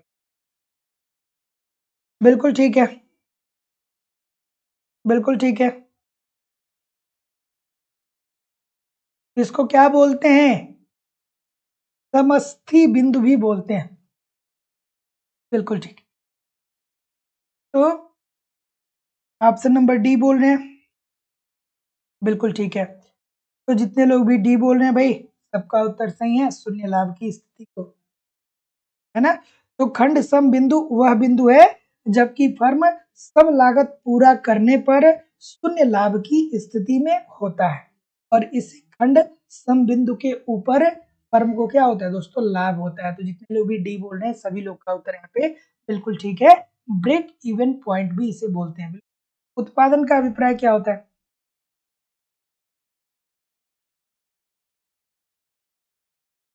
प्रदीप कुमार जी करें सर। एप्लीकेशन पे इस टाइम क्या चल रहा है, इस टाइम पे स्टैटिक्स चल रहा है एप्लीकेशन पे। उत्पादन का अभिप्राय होता है, उत्पादन का अभिप्राय क्या होता है, चलिए क्या उत्तर होगा भाई। अभी हमने देखा ना, छोटा सा प्रश्न है, बच्चों वाला प्रश्न है कि उत्पादन क्यों होता है। उत्पादन इसलिए होता है ताकि हमको उपयोगिता है, ना। उत्पादन क्यों होता है? इसलिए होता है कि हमें उपयोगिता है। पहले जब टेलीविज़न जो होते थे वो दीवार पे लगाने वाले नहीं आते थे, ठीक है? जो मतलब एक उस टाइप के टेलीविज़न होते थे पुराने ज़माने वाले, तो वहाँ पे टेलीविज़न स्टैंड आता था। अब वो टेलीविज़न स्टैंड आना बंद हो गया क्योंकि उस तरीके का टेलीविज़न परचेज़ ही नहीं कर रहा है, ठीक है? तो अब उसकी उपयोगिता नहीं हो रही है तो उसका उत्पादन नहीं होगा। तो जिन चीज़ों की हमको उपयोगिता होती है उसी चीज़ का उत्पादन होता है, बिल्कुल ठीक है। अगला प्रश्न। उत्पादन की प्राविधिक सीमाएँ व्यक्त की जाती हैं। बिल्कुल ठीक है। इस प्रश्न का उत्तर करिए कि उत्पादन की प्राविधिक सीमाएँ व्यक्त की जाती हैं। और सभी लोग चैनल को जितने लोग भी सब्सक्राइब नहीं किए हैं, चैनल को सब्सक्राइब करके बेल आइकन को दबा दीजिए। प्रत्येक दिन शाम को 7 बजे से आपकी क्लास होती है और लाइक और शेयर ज़रूर कर दीजिए। बिल्कुल ठीक है। उत्पादन की प्राविधिक सीमाएँ व्यक्त की जाती हैं। तो जैसा कि मैं देख पा रहा हूँ सी की तरफ आप लोग जा रहे हैं। तो जितने लोग भी सी बोल रहे हैं, सभी लोग का उत्तर यहाँ पे बिल्कुल ठीक हो जाएगा, रिज रेखाओं के द्वारा। Option number C according to the question this is the right answer हो जाएगा। तो देखिए दोस्तों याद रखिएगा कि उत्पादन की प्राविधिक सीमा को प्रदर्शित करने वाली रेखाओं को ही हम रिज रेखाएँ बोलते हैं और इन सीमाओं के भीतर ही प्रतिस्थापन हो सकता है, इसके बाहर नहीं हो सकता है। जितने लोग भी ऑप्शन नंबर सी बोल रहे हैं, ठीक बोल एक फर्म का संतुलन स्थापित होगा। फर्म संतुलन की स्थिति में कब होगा? चलिए इस प्रश्न का उत्तर करिए। एक फर्म का संतुलन स्थापित होगा।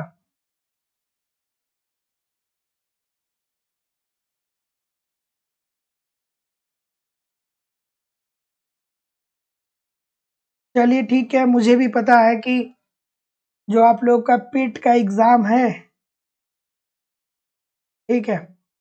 हुँ, उसमें बहुत सारी चीज़ें हैं। छोड़िए उन सारी बातों को, जो हो गया सो हो गया। एग्ज़ाम देकर आ गए, अब टीजीटी, पीजीटी की बात हो, है ना? इस प्रश्न का उत्तर करिए। सीधी-सी बात है कि एक फर्म का संतुलन स्थापित होगा। उत्तर प्रदेश में कहीं भी इस टाइम चलिए, सड़क पे जाइए, कहीं भी जाइए तो वहाँ एक ही बातें ही हो रही हैं कि पेट का सेंटर बहुत दूर चला गया, ठीक है? कल मैं यहाँ पे सुल्तानपुर के पास कुंडा एक जगह पड़ता है, वहाँ पे मनगढ़ एक मंदिर है। मैं गया था कल वहाँ पे। काफ़ी खूबसूरत सा मंदिर है, जो लोग वहाँ के आस-पास होते होंगे वो जानते होंगे। वहाँ पे मैं गया, वहाँ पे जितनी जगह लोग मिले, सभी लोग इसी की बात कर रहे थे कि सेंटर बहुत दूर चला गया, ऐसे हो गया, वैसे हो गया, ये असुविधा थी, वो असुविधा थी। तो वाक़ई में थी, लेकिन अब छोड़िए उन सारी चीज़ों को, आगे फ़ोकस करते हैं। इस प्रश्न का उत्तर करिए कि एक फर्म का संतुलन स्थापित होता है। बिल्कुल ठीक है।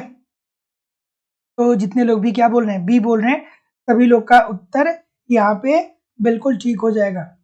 ठीक है? तो जितने लोग भी बी बोल रहे हैं कि उत्पादन के द्वितीय चरण में सभी लोग का उत्तर बिल्कुल ठीक हो जाएगा। तो एक फर्म का संतुलन स्थापित होता है उत्पादन के द्वितीय चरण में, क्योंकि यहाँ पे क्या होता है, उत्पादन के जितने भी संसाधन होते हैं, इन सभी संसाधनों का क्षमतापूर्वक उपयोग एक फर्म कर पाता है और अधिकतम उत्पादन करता है।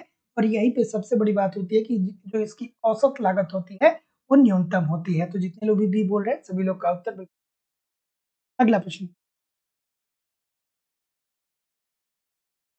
चलिए,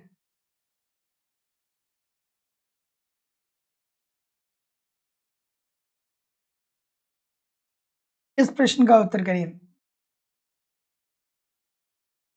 मोड़ पर सीमांत उपयोगिता होती है। मोड़ पर सीमांत उपयोगिता होती है। मोड़ की बात मतलब क्या भैया? ब्रेक इवन पॉइंट की बात कर रहा है ना? ब्रेक इवन पॉइंट की बात कर रहा है ना? ठीक है। तो जितने लोग भी क्या बोल रहे हैं? बी बोल रहे हैं सभी लोग।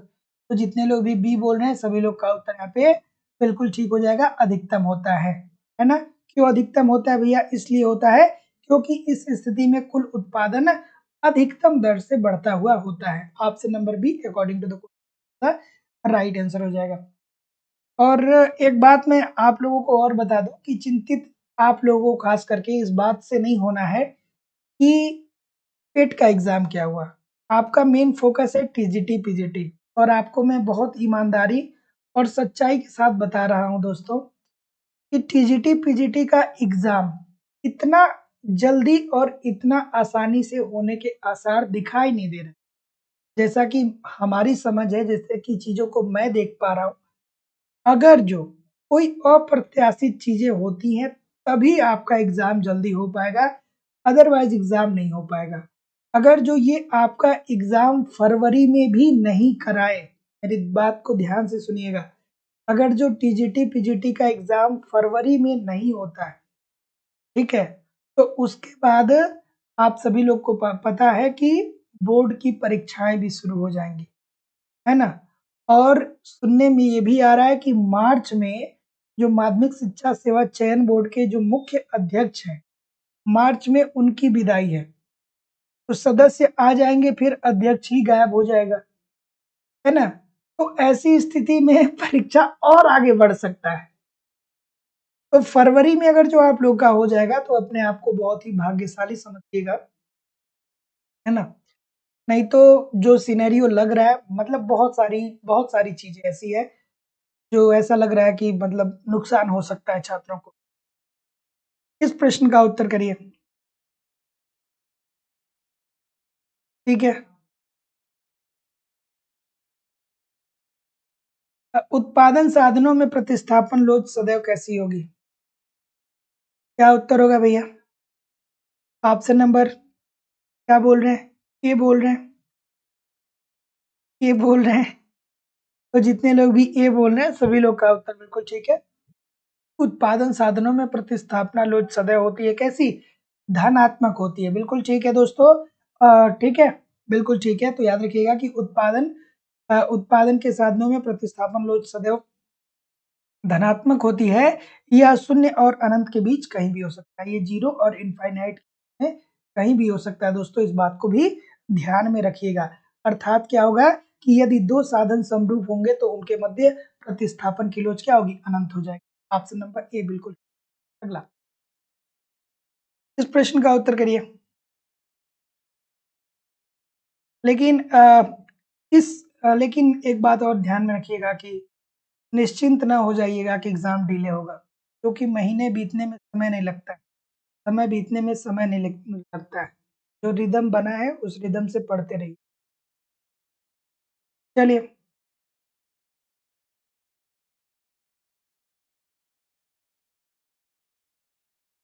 इस प्रश्न का उत्तर करिए कि अर्थशास्त्र में निम्न में से किसे उत्पादन माना जाएगा?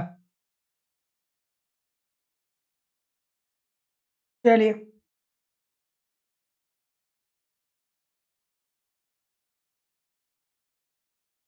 उत्पादन किसे माना जाएगा भाई? ठीक है, भूमि का जोतना। ठीक है, भूमि का जोतना कृषि कार्य में आता है। भूमि का जोतना कृषि कार्य में आता है, और जो कृषि होता है ये उत्पादन माना जाता है। जितने लोग भी क्या बोल रहे हैं, ये बोल रहे हैं, सभी लोग का उत्तर यहाँ पे बिल्कुल ठीक हो जाएगा। मुख्य कारण क्या है? ध्यान से देखिएगा, मुख्य कारण क्या है? उत्पादन के कारक। भू उत्पादन जो है वो क्यों भूमि भूमि को जोतना उत्पादन क्यों माना जाएगा? क्योंकि भैया उत्पादन के कारक के अंतर्गत क्या क्या आते हैं? भूमि आता है, श्रम आता है, पूंजी आता है। और भूमि को जोतना क्या है? ये श्रम को इंडिकेट कर रहा है। तो अगर जो उत्पादन के अंतर्गत श्रम आ गया तो इससे हम उत्पादन मानेंगे। ये this is the right answer. अगला,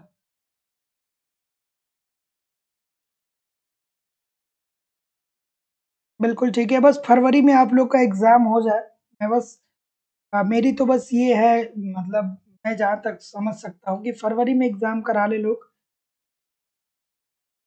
और कोई दिक्कत नहीं है। फरवरी में भी एग्जाम हो जाएगा तो अच्छी बात होगी।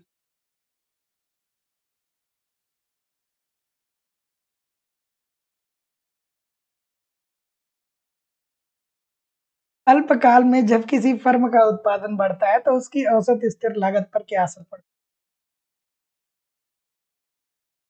चलिए, तो जितने लोग भी क्या बोल रहे हैं? बी बोल रहे हैं। ठीक है, जितने लोग भी बी बोल रहे हैं सभी लोग का उत्तर ठीक है कि अल्पकाल में जब किसी फर्म का उत्पादन बढ़ता है तो उसकी औसत स्थिर लागत क्या होती है? घटती चली जाती है। Option number B according to the question this is the right answer हो जाएगा, है ना? अल्पकाल में जब किसी फर्म का उत्पादन बढ़ रहा होता है तो उसकी औसत स्थिर लागत क्या होती है? घटती चली जाती है। और औसत लागत जब न्यूनतम बिंदु पे चली जाए तो किस अवस्था में जाती है? दूसरी अवस्था में जाती है। वहीं पे औसत लागत जो होती है न्यूनतम होती है, उत्पादन का स्तर मैक्सिमम होता है। यहीं पे फर्म क्या होता है? लाभ की स्थिति में होती है। इसे ही संतुलन की स्थिति बोला जाता है। तो जितने लोग भी ऑप्शन नंबर बी बोल रहे हैं सभी लोग का उत्तर बिल्कुल। अगला प्रश्न। ठीक है, और मैं तो बस इतना चाहता हूँ कि जो शादी वाला लग्न होता है ना, उसके पहले आप लोग का परीक्षा करवा लिया जाए। नहीं तो बहुत सारे लोग ऐसे हैं जो तैयारी कर रहे हैं और मेन एग्ज़ाम होने वाला होगा और उसी समय उनकी शादियाँ हो जाएँगी। हमारे अक्सर स्टूडेंटों के साथ ऐसा होता रहता है। बहुत सारे स्टूडेंट कहते हैं कि सर परीक्षा होने वाला था, 2 महीना था और उसी टाइम क्या हुआ? हमारी शादी हो गई। चलिए इस प्रश्न का उत्तर करिए।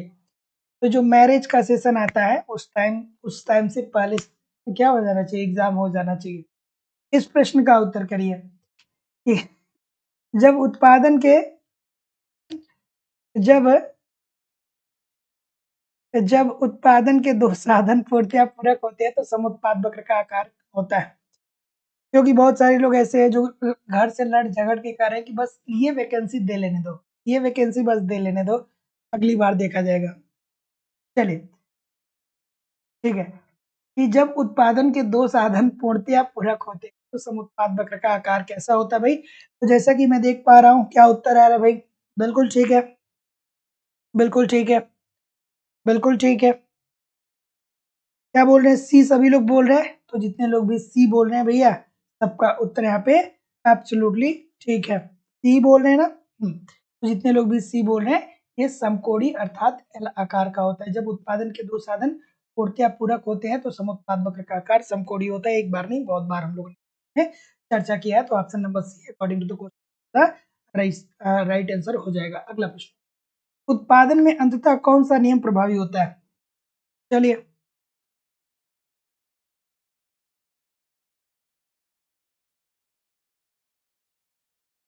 चलिए,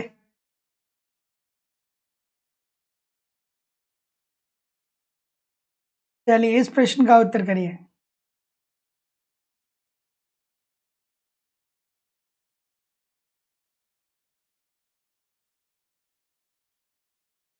उत्पादन में अंततः कौन-सा नियम प्रभावी होता है? उत्पादन में अंततः कौन-सा नियम प्रभावी होता है? ऑप्शन नंबर क्या होगा भई? बी की तरफ कुछ लोग जा रहे हैं, ठीक है? तो जितने लोग भी बी बोल रहे हैं ह्रासमान प्रत्युपलब्धि नियम, सभी लोग का उत्तर यहाँ पे बिल्कुल ठीक हो जाएगा। तो उत्पादन में अंततः जो होता है ह्रासमान प्रत्युपलब्धि नियम लागू होता है। ठीक है? ठीक है ना? हाँ। बिल्कुल। प्रथम अवस्था आगे बढ़ता है, आप उत्पादन के कारकों को बढ़ाते चले जाते हैं, औसत लागत आपकी कम होती चली जाती है और उत्पादन बढ़ता जाता है। दूसरी अवस्था में आपकी औसत लागत स्थिर होती है और उत्पादन के कारक आप अब बढ़ाते नहीं हैं क्योंकि उन्हें उत्पादन के कारकों से आप मैक्सिमम उत्पादन कर लेंगे। वहीं एक फर्म क्या होती है? संतुलन की स्थिति में होती है। फिर जब तीसरी अवस्था आती है तो उसमें क्या होता है कि आप स्टिल मानते ही नहीं हैं, आप उत्पादन के कारकों को और ज़्यादा बढ़ाते चले जाते हैं। जब उत्पादन के कारकों को और बढ़ाएँगे तो उससे क्या होगा? अपव्यय होगा, अपव्यय होगा तो क्या हो जाएगा? ह्रासमान प्रत्युपलब्धि नियम लागू हो जाएगा। तो जी क्या बोल रहे हैं? बी बोल रहे हैं, बिल्कुल ठीक। अगला प्रश्न, चलिए पैमाने का बढ़ता प्रतिफल निर्भर करता है। पैमाने का बढ़ता प्रतिफल निर्भर करता है। ईज़ी सा प्रश्न है, बहुत बार पूछा गया है। ठीक है, पैमाने का बढ़ता प्रतिफल निर्भर करता है। इस प्रश्न का उत्तर करिए। शांति बनाए रखिए, क्लास पे कंसंट्रेट करिए, बातें बहुत सारी हो गई, ठीक है। पैमाने का बढ़ता प्रतिफल निर्भर करता है, तो जितने लोग भी क्या बोल रहे हैं, आंतरिक तथा बाह्य किफायतें दोनों पर सभी लोग का उत्तर ठीक है। आंतरिक किफायतें वे किफायतें होती है कि जब कोई फर्म है, अर्थात कोई कंपनी अगर जो है वो क्या कर रहा है कि अपने आंतरिक कारक जैसे भूमि हो गया, श्रम हो गया, तकनीकी हो गया, इनमें परिवर्तन कर रहा है और इनमें परिवर्तन आने के कारण उसे लाभ में प्राप्ति हो, तो इसे आंतरिक कारक बोलते हैं। और बाह्य किफायतें क्या होता है या बाह्य कारक क्या होता है कि जब कोई अन्य फर्म उद्योग में एंट्री करती है और उस फर्म के एंट्री करने के कारण क्या होता है कि फर्म को लाभ प्राप्त होता है। तो जितने लोग भी आपसे नंबर बोल रहे हैं, आंतरिक व बाह्य किफायतें दोनों पर, सभी लोग का उत्तर ठीक। अगला, एक उद्योग में पैमाने के बढ़ते प्रतिफल की मौजूदगी में किस बात की प्रवृत्ति होती है? क्या उत्तर होगा भाई? बिल्कुल ठीक है, चलिए बताइए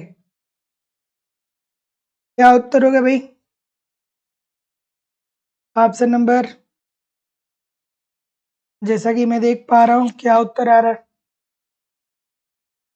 बिल्कुल ठीक है, बी की तरफ बहुत सारे लोग जा रहे हैं, कुछ लोग सी बोल रहे हैं, ठीक है। तो जितने लोग भी सी बोल रहे हैं सभी लोग का उत्तर गलत हो जाएगा, जितने लोग भी बी बोल रहे हैं सभी लोग का उत्तर बिल्कुल ठीक होगा। बताइए, बी की सी, जितने लोग भी बी बोल रहे हैं सभी लोग का उत्तर सही है, जितने लोग क्या बोल रहे हैं, सी बोल रहे हैं, सभी लोग का उत्तर गलत है। देखिए ये क्या कर रहा है कि एक उद्योग के पैमाने के बढ़ते प्रतिफल की मौजूदगी में किस बात की प्रवृत्ति होती है? तो अरे भाई, इसमें इस उद्योग में जो बड़े देश होते हैं, बड़े देशों को तुलनात्मक रूप से क्या होता है, फायदा होता है ना। जितने लोग भी बी बोल रहे हैं सभी लोग का उत्तर यहाँ पे बिल्कुल ठीक है। इसके लिए थोड़ा कॉन्सेप्ट पढ़ना पड़ेगा, कॉन्सेप्ट पढ़ने की जरूरत है, ठीक है। अगर जो कॉन्सेप्ट नहीं पढ़ेंगे तो ये देखिए बहुत बड़ा कॉन्सेप्ट है, 2-4 लाइन में इसको डिस्क्राइब करना थोड़ा सा मुश्किल है ना। जितने लोग भी बी बोल रहे हैं याद रखिएगा कि एक उद्योग में पैमाने के बढ़ते प्रतिफल की मौजूदगी किस बात की प्रवृत्ति होती है, तो इस उद्योग में बड़े देशों की तुलना में क्या होता है, फायदा होता है। अगला प्रश्न, थोड़ा सा इसे एडजस्ट करना पड़ेगा, आराम से करिएगा, ये प्रश्न एक बार नहीं बहुत बार आपके एग्जाम में पूछा गया है। चलिए, कि किसी फर्म के विस्तार पथ के संबंध में निम्नलिखित कथनों पे आपको विचार करना है। चलिए, और दोस्तों लाइव स्टडी इलाहाबाद के मोबाइल एप्लीकेशन पे इकोनॉमिक्स दूसरी क्लास चल रही है, यहाँ पे ए टू जेड सारे कॉन्सेप्ट आपको पढ़ाए जा रहे हैं। अगर जो आप ईमानदारी से एप्लीकेशन पे कॉन्सेप्ट को पढ़ते रहे, यूट्यूब पे प्रैक्टिस करते रहे, कहीं भी इधर-उधर से कुछ आपको कलेक्ट करने की ज़रूरत नहीं पड़ेगी। एप्लीकेशन पे आपको सिंपल सटीक सरल भाषा में सारे कॉन्सेप्ट की क्लास पढ़ाई जा रही है। साथ ही साथ आपको कंप्लीट नोट्स भी दिए जा रहे हैं और इसके अतिरिक्त दोस्तों आपको वहाँ पे बहुत सारे टेस्ट सीरीज़ दिए जा रहे हैं। टेस्ट दीजिए, अपना इवैल्यूएशन करिए। साथ ही साथ प्रीवियस ईयर के क्वेश्चन पेपर और करंट सब कुछ कवर कराए जा रहे हैं। सब कुछ कवर कराना हमारी ज़िम्मेदारी है। बस आप वहाँ पे पढ़ते रहिए, यहाँ पे प्रैक्टिस करते रहिए। यूपी टीजीटी, पीजीटी का अलग बैच है, झारखंड टीजीटी पीजीटी का अलग बैच है। दोनों बैचेस में आपके सिलेबस के अनुसार सारी चीजें पढ़ाई जा रही हैं। एडमिशन ओपन है, एडमिशन फीस 2,000 रुपए है। 2,000 रुपए आपको इस नंबर पे पेमेंट करना होगा, 94 15 863 873 पे गूगल पे, फोन पे या पेटीएम के माध्यम से आप पेमेंट करेंगे और इसका स्क्रीनशॉट आपको इसी व्हाट्सएप नंबर पे सेंड करना होगा। कोई भी इंक्वायरी होगी तो इस नंबर पे कॉल या व्हाट्सएप मैसेज आप कर सकते हैं, ठीक है। तो आप नंबर क्या बोल रहे हैं भाई, ए बोल रहे हैं, चलिए देखते हैं। किसी फर्म के विस्तार पथ के संबंध में निम्नलिखित कथनों पे आपको क्या करना है, विचार करना है। चलिए देखिए, फर्म के विस्तार की बात कर रहा है, तो यह उत्पादन के विभिन्न स्तरों को बनाए रखने हेतु न्यूनतम लागत का संयोजन। भाई ये तो बात हम पढ़ते ही हैं कि एक जो फर्म होता है अपने लागत जैसे जैसे एक फर्म का उत्पादन बढ़ता चला जाएगा, उसकी औसत लागत क्या होती है, कम होती चली जाती है और द्वितीय अवस्था में औसत लागत सबसे न्यूनतम होती है। यहीं पे फर्म संतुलन की प्राप्ति करता है, तो ठीक है। आदान मूल्य जो होते हैं वो स्थिर होते हैं, तो बात तो ये भी ठीक है। तो जितने लोग भी ए बोल रहे हैं सभी लोग का उत्तर यहाँ पे बिल्कुल ठीक है, एक और दो दोनों सही है। अगला प्रश्न, बेन के प्रवेश निवारण मॉडल में फर्म किस पर प्रीमियम वसूल करती है? चलिए भैया, बेन मॉडल की बात हो रही है, बिल्कुल ठीक है। क्या उत्तर होगा भाई? ऑप्शन नंबर, बिल्कुल ठीक है।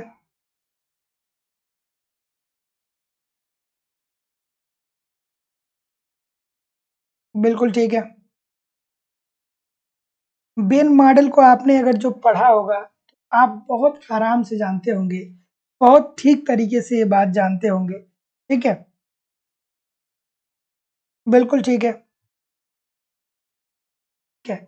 बेन साहब क्या कहते हैं कि जो जो अल्पाधिकारी फर्में होती हैं, ये अल्पकाल में जो जो क्या होती है दोस्तों, जो अल्पाधिकारी फर्में, जो मतलब थोड़े छोटे फर्मों का समूह जो अल्पाधिकारी जो फर्में होती हैं, ये अल्पकाल में अपने कीमत को अधिकतम करके अप्रत्याशित लाभ कमाने की चेष्टा नहीं करती हैं। इसलिए नहीं करती हैं कि अगर जो अल्पाधिकारी फर्में अल्पकाल में अधिकतम लाभ कमाएँगी, तो इससे लोग और अन्य फर्में इनकी एक्टिविटी को देखेंगी और उससे प्रेरित विनिवेश की अवधारणा जो है वो विकसित हो जाएगी।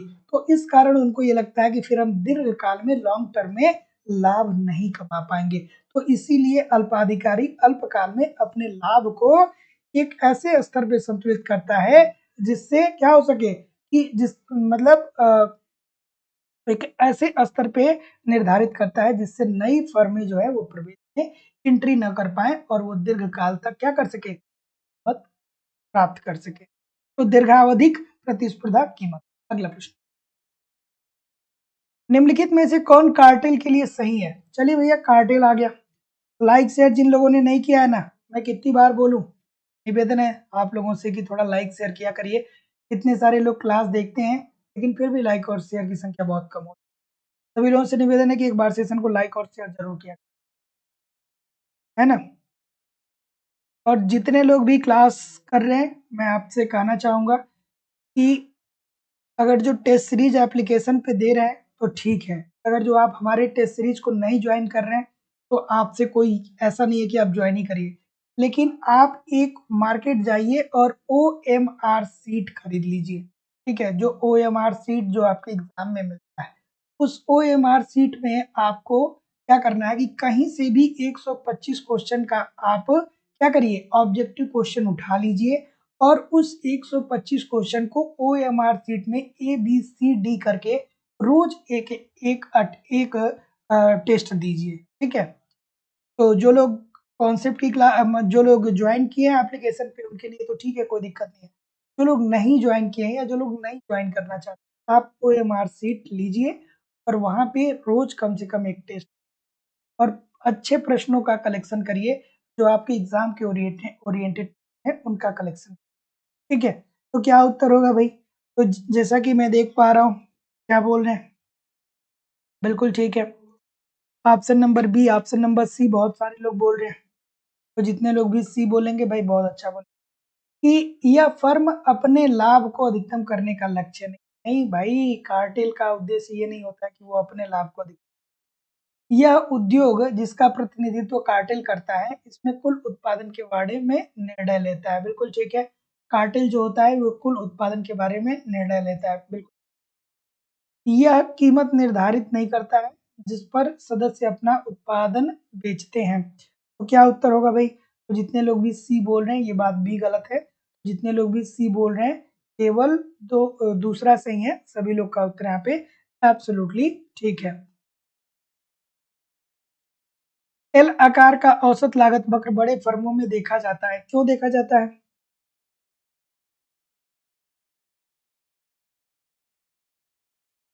चलिए, चलिए इस प्रश्न का उत्तर करिए। कहाँ से क्वेश्चन कलेक्ट करेंगे? भोलू हैं क्या आप एकदम? क्वेश्चन कलेक्ट नहीं आएगा तो ये किसका गुण है? भोलू का और गोलू का। गोलू भोलू की कहानी आप लोगों ने सुना था ना एक दिन। चलिए अगला प्रश्न है कि एल आकार का औसत लागत वक्र बड़े फर्मों में देखा जाता है, क्यों देखा जाता है भाई? तो जैसा कि मैं देख पा रहा हूँ डी आप लोग बोल रहे हैं, तो जितने लोग भी डी बोल रहे हैं सभी लोग का उत्तर बिल्कुल ठीक है। एल आकार का औसत लागत वक्र बड़े फर्मों में देखा जाता है, क्यों देखा जाता है? क्योंकि ह्रासमान प्रतिफल के नियम की क्रियाशीलता सतत रूप से क्या होती है? स्थगित रहती है। तो जितने लोग भी ऑप्शन नंबर क्या बोल रहे हैं यहाँ पे? डी बोल रहे हैं सभी लोग का उत्तर यहाँ पे बिल्कुल ठीक हो जाएगा। एल आकार का औसत लागत पत्र बड़े फर्मों में देखा जाता है होता है क्योंकि हरासमान प्रतिफल के नियम की क्रियाशीलता सतत रूप से स्थगित रहती है।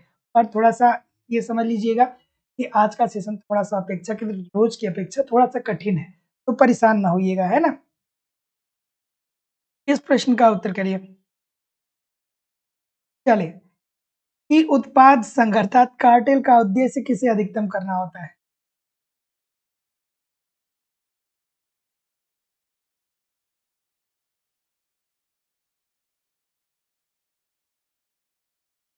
चलिए, उत्पादक संघ कार्टेल का उद्देश्य किसे अधिकतम करना है। ऑप्शन नंबर, आशुतोष जी जो बातें आप कह रहे हैं उस पे मैं विचार कर रहा था बहुत पहले, लेकिन ये चीजें वो नहीं हो पा रही है, पॉसिबल नहीं हो पा रही है। हाँ बिल्कुल, टेलीग्राम ग्रुप है जिसका डिस्क्रिप्शन बॉक्स में लिंक है। टेलीग्राम चैनल को जरूर सभी लोग ज्वाइन कर लीजिए। वहां पे मैं आने वाले समय में क्विज भी कराने वाला हूँ। अगला प्रश्न, ठीक है। तो जितने लोग भी क्या बोल रहे हैं, बी बोल रहे हैं, सभी लोग का उत्तर यहाँ पे बिल्कुल ठीक है।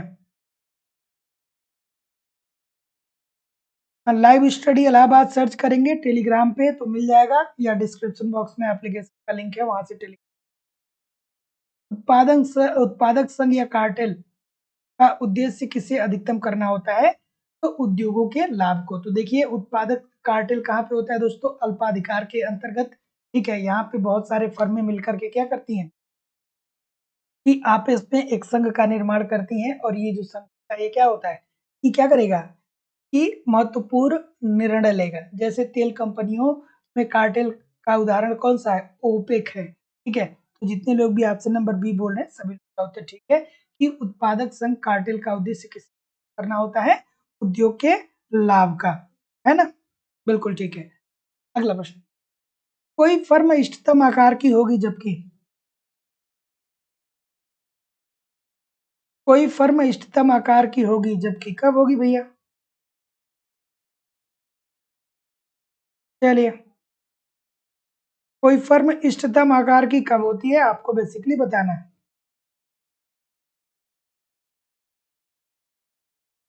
चलिए बताइए, फर्म इष्टतम आकार कब होगा, इष्टतम आकार कब होगा, जब फर्म संतुलन की अवस्था में होगी। ठीक है, अर्थात साम्य की अवस्था में होगी। और फर्म साम्य या संतुलन की अवस्था में कब होती है, तभी तो होती है जब औसत लागत न्यूनतम होती है। ये कौन सा चरण है, ये द्वितीय चरण है। ठीक है, ये दूसरा चरण है, यही ना। तो जितने लोग भी बी बोल रहे हैं सभी लोग का उत्तर यहाँ पे बिल्कुल जाएगा। तो कोई फर्म इस प्रकार की तब होती है जब औसत लागत न्यूनतम होती है। यहाँ पे औसत लागत न्यूनतम होती है और उत्पादन का स्तर क्या होता है, अधिकतम होता है।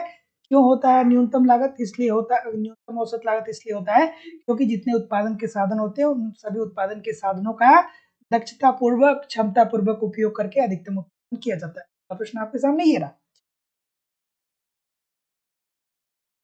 आर्थिक रूप से कुशल उत्पादन स्तर प्राप्त करने के लिए ऋणात्मक बाह्यता का सृजन करने वाली किसी फर्म पर लगाए जाने वाले उत्पाद कर का आकार होना चाहिए।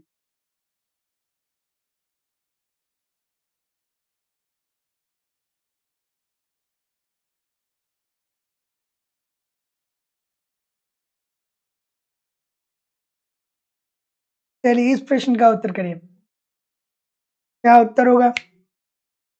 ऑप्शन नंबर, क्या बोल रहे हैं, सी बोल रहे हैं, बिल्कुल ठीक है। जितने लोग भी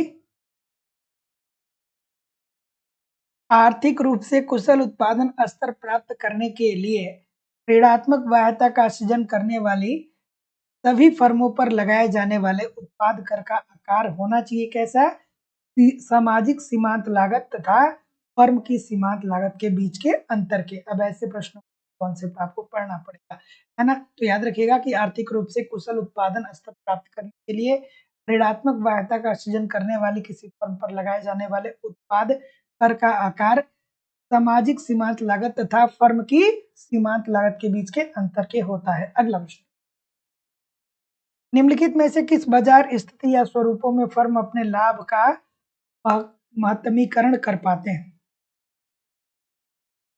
चलिए,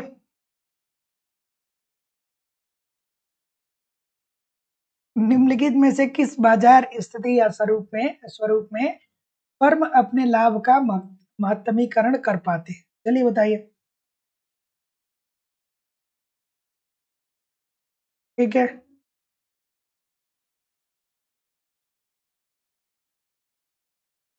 क्या उत्तर होगा भाई? डी बोल रहे हैं सभी लोग? सभी लोग बिल्कुल सही हैं, है ना? एकाधिकारवादी प्रतिस्पर्धा। निम्नलिखित में से किस बाजार स्थिति फर्म अपने लाभ को अधिक कर पाती है? एका एका ए- एकाधिकारवादी प्रतिस्पर्धा के अंतर्गत यहाँ पे क्या होता है कि कम लागत में क्या करिए? कम लागत में आप उत्पादन करिए। टिकाऊ वस्तुओं का उत्पादन नहीं करना है, बस मार्केट में जाइए, बेच के आइए। ठीक है, वो 1 घंटे बाद भी खराब हो जाए तो कोई दिक्कत। तो लागत कम रखनी है, कीमत ज्यादा रखनी है और मार्केट में बेचना है। बिल्कुल ठीक। अगला प्रश्न। जैसे बचपन में आप लोग खिलौने खरीदते होंगे, बहुत सारे लोग। परिसीमन कीमत का तात्पर्य है, परिसीमन कीमत का तात्पर्य क्या है? चलिए, परिसीमन कीमत का तात्पर्य है। बिल्कुल ठीक है।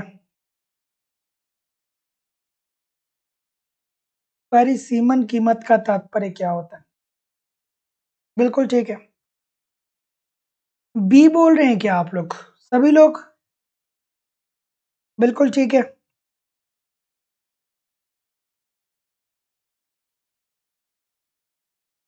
बी बोल रहे हैं सभी लोग? बिल्कुल। देखिए, परिसीमन कीमत ऐसी कीमत होती है, वह कीमत होती है जो नई फर्मों का प्रवेश रोकती है ना? हम लोग अल्पकाल में देखते हैं ना कि कार्टेल के द्वारा इतनी कीमत निर्धारित की जाती है जिससे नया फर्म अगर जो प्रवेश में उद्योग में प्रवेश करे तो उसको तो फर्म में बने रहना बहुत मुश्किल। जैसे पूर्ण प्रतियोगिता के अंतर्गत भी हम देखते हैं कि क्या हो रहा है, 5-5 रुपए की बिस्किट मिल रही है। करोड़ों अरबों रुपए की टेक्नोलॉजी लगा के आप 5 रुपए की बिस्किट बेच रहे हैं, इसलिए बेच रहे हैं कि बहुत सारी फर्में हैं जो पहले से ही बेच रही हैं। आप भी आइए, आप भी वो टेक्नोलॉजी का इस्तेमाल करिए, आप भी 5 रुपए। तो एक तरीके से क्या हो रहा है, ये जो अन्य फर्में हैं जो पहले से उद्योग में बनी हुई हैं, ये कम पैसा वसूल कर रही हैं, अपने लाभ के मार्जिन को कम रखी हैं, ताकि कोई नई फर्म अगर जो उद्योग में प्रवेश करे तो उसको क्या हो सके, बहुत उसको स्ट्रगल करना पड़े। तो जितने लोग भी बी बोल रहे हैं बिल्कुल ठीक बोल। निम्नलिखित में से किस अर्थशास्त्री ने फर्म के प्रवेश में बाधाएं अवधारणा विकसित की? बिल्कुल ठीक है। बिल्कुल ठीक है।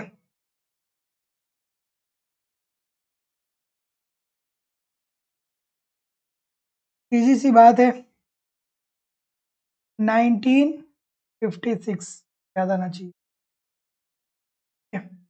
तो जितने लोग भी ए बोल रहे हैं, जे एस बेन की बात बोल रहे हैं, सभी लोग का उत्तर ठीक है। तो निम्नलिखित में से किस अर्थशास्त्री ने फर्मों में प्रवेश में बाधाएं अवधारणा विकसित की थी? तो वेन साहब ने व्यक्त किया था। और किस तरीके से तकनीकी और उत्पादन के आधार पे इन्होंने फर्मों में प्रवेश की बाधाओं पे बात किया था। तो जितने लोग भी ऑप्शन नंबर ए बोल रहे हैं, सभी लोग का उत्तर ठीक है। कहीं भी जाइएगा नहीं, कमेंट करके बताइए कि आज आपके सही हुए। और दोस्तों, लाइव स्टडी इलाहाबाद के मोबाइल एप्लीकेशन पे इकोनॉमिक्स क्लास चल रही है। यहाँ पे ए टू जेड इकोनॉमिक्स के सारे कॉन्सेप्ट आपको पढ़ाए जा रहे हैं। मैं जिम्मेदारी और विश्वास से आपसे कह सकता हूँ कि अगर जो आप एप्लीकेशन पे कॉन्सेप्ट को ईमानदारी से पढ़ते रहे तो कम समय में बेहतर ढंग से आप हमारे साथ तैयारी कर सकते हैं। वहाँ पे आप कॉन्सेप्ट को पढ़ते रहिए, यूट्यूब पे आप प्रैक्टिस करते रहिए, कोई भी आपको समस्या होने वाली नहीं है। आपको वहाँ पे कंप्लीट इकोनॉमिक्स के नोट्स भी प्रोवाइड कराए जा रहे हैं। साथ ही साथ दोस्तों, आपको वहाँ पे टेस्ट सीरीज दिया जा रहा है, जिससे आप टेस्ट देंगे, देख पाएंगे कि आपकी तैयारी कैसे चल रही है और आपके एग्जाम में किस प्रकार के प्रश्न पूछे जाते हैं। साथ ही साथ प्रीवियस ईयर के क्वेश्चन पेपर भी आपको प्रोवाइड किए जा रहे हैं और करंट भी आपका कवर कराया जा रहा है। अर्थात ये मेरी जिम्मेदारी है, सब कुछ आपको देना है, कुछ भी ऐसा नहीं होगा जो स्किप होने वाला है। एप्लीकेशन पे ईमानदारी से पढ़ते रहिए और यूट्यूब प्रैक्टिस करते रहिए। यूपी टीजीटी पीजीटी का अलग बैच चल रहा है, झारखंड टीजीटी का अलग बैच चल रहा है। दोनों बैचेस में आपके सिलेबस के अनुसार चीजें पढ़ाई जा रही हैं और सबसे बड़ी बात है कि validity of course life time है। एक बार अगर जो आप एडमिशन लेते हैं तो आगामी जो भी एग्जाम है आप हमेशा हमारे साथ बने रहेंगे और हर कंटेंट को हमारी जिम्मेदारी होगी। एडमिशन ओपन है, एडमिशन फीस 2,000 रुपये है, तो 2,000 रुपये आपको इस नंबर करना होगा 9415 863 873 पे, गूगल पे, फोन पे या पेटीएम के माध्यम से आप पेमेंट करेंगे और इसका स्क्रीनशॉट आपको इसी व्हाट्सएप नंबर पे सेंड करना होगा। कोई भी इंक्वायरी होगी तो इस नंबर पे कॉल कर सकते हैं या व्हाट्सएप मैसेज कर सकते हैं। अलग से अगर जो आपको नोट्स चाहिए तो वो भी मिल जाएगा, अलग से टिप्स चाहिए तो वो भी मिल जाएगा, या अलग से चाहिए तो वो भी मिल जाएगा। कोई भी इंक्वायरी करनी होगी तो इस आप मुझे कॉल कर सकते हैं या व्हाट्सएप मैसेज कर सकते हैं। चलिए, बिल्कुल ठीक है।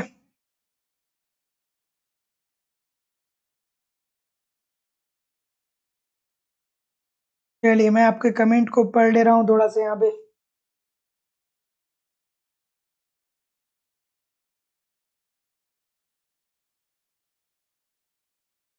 चलिए, बिल्कुल ठीक है। ललिता जी, विकास जी, सुनीता जी, सीमा जी, रश्मि जी, संजय जी, तस्नीम जी, ललिता जी,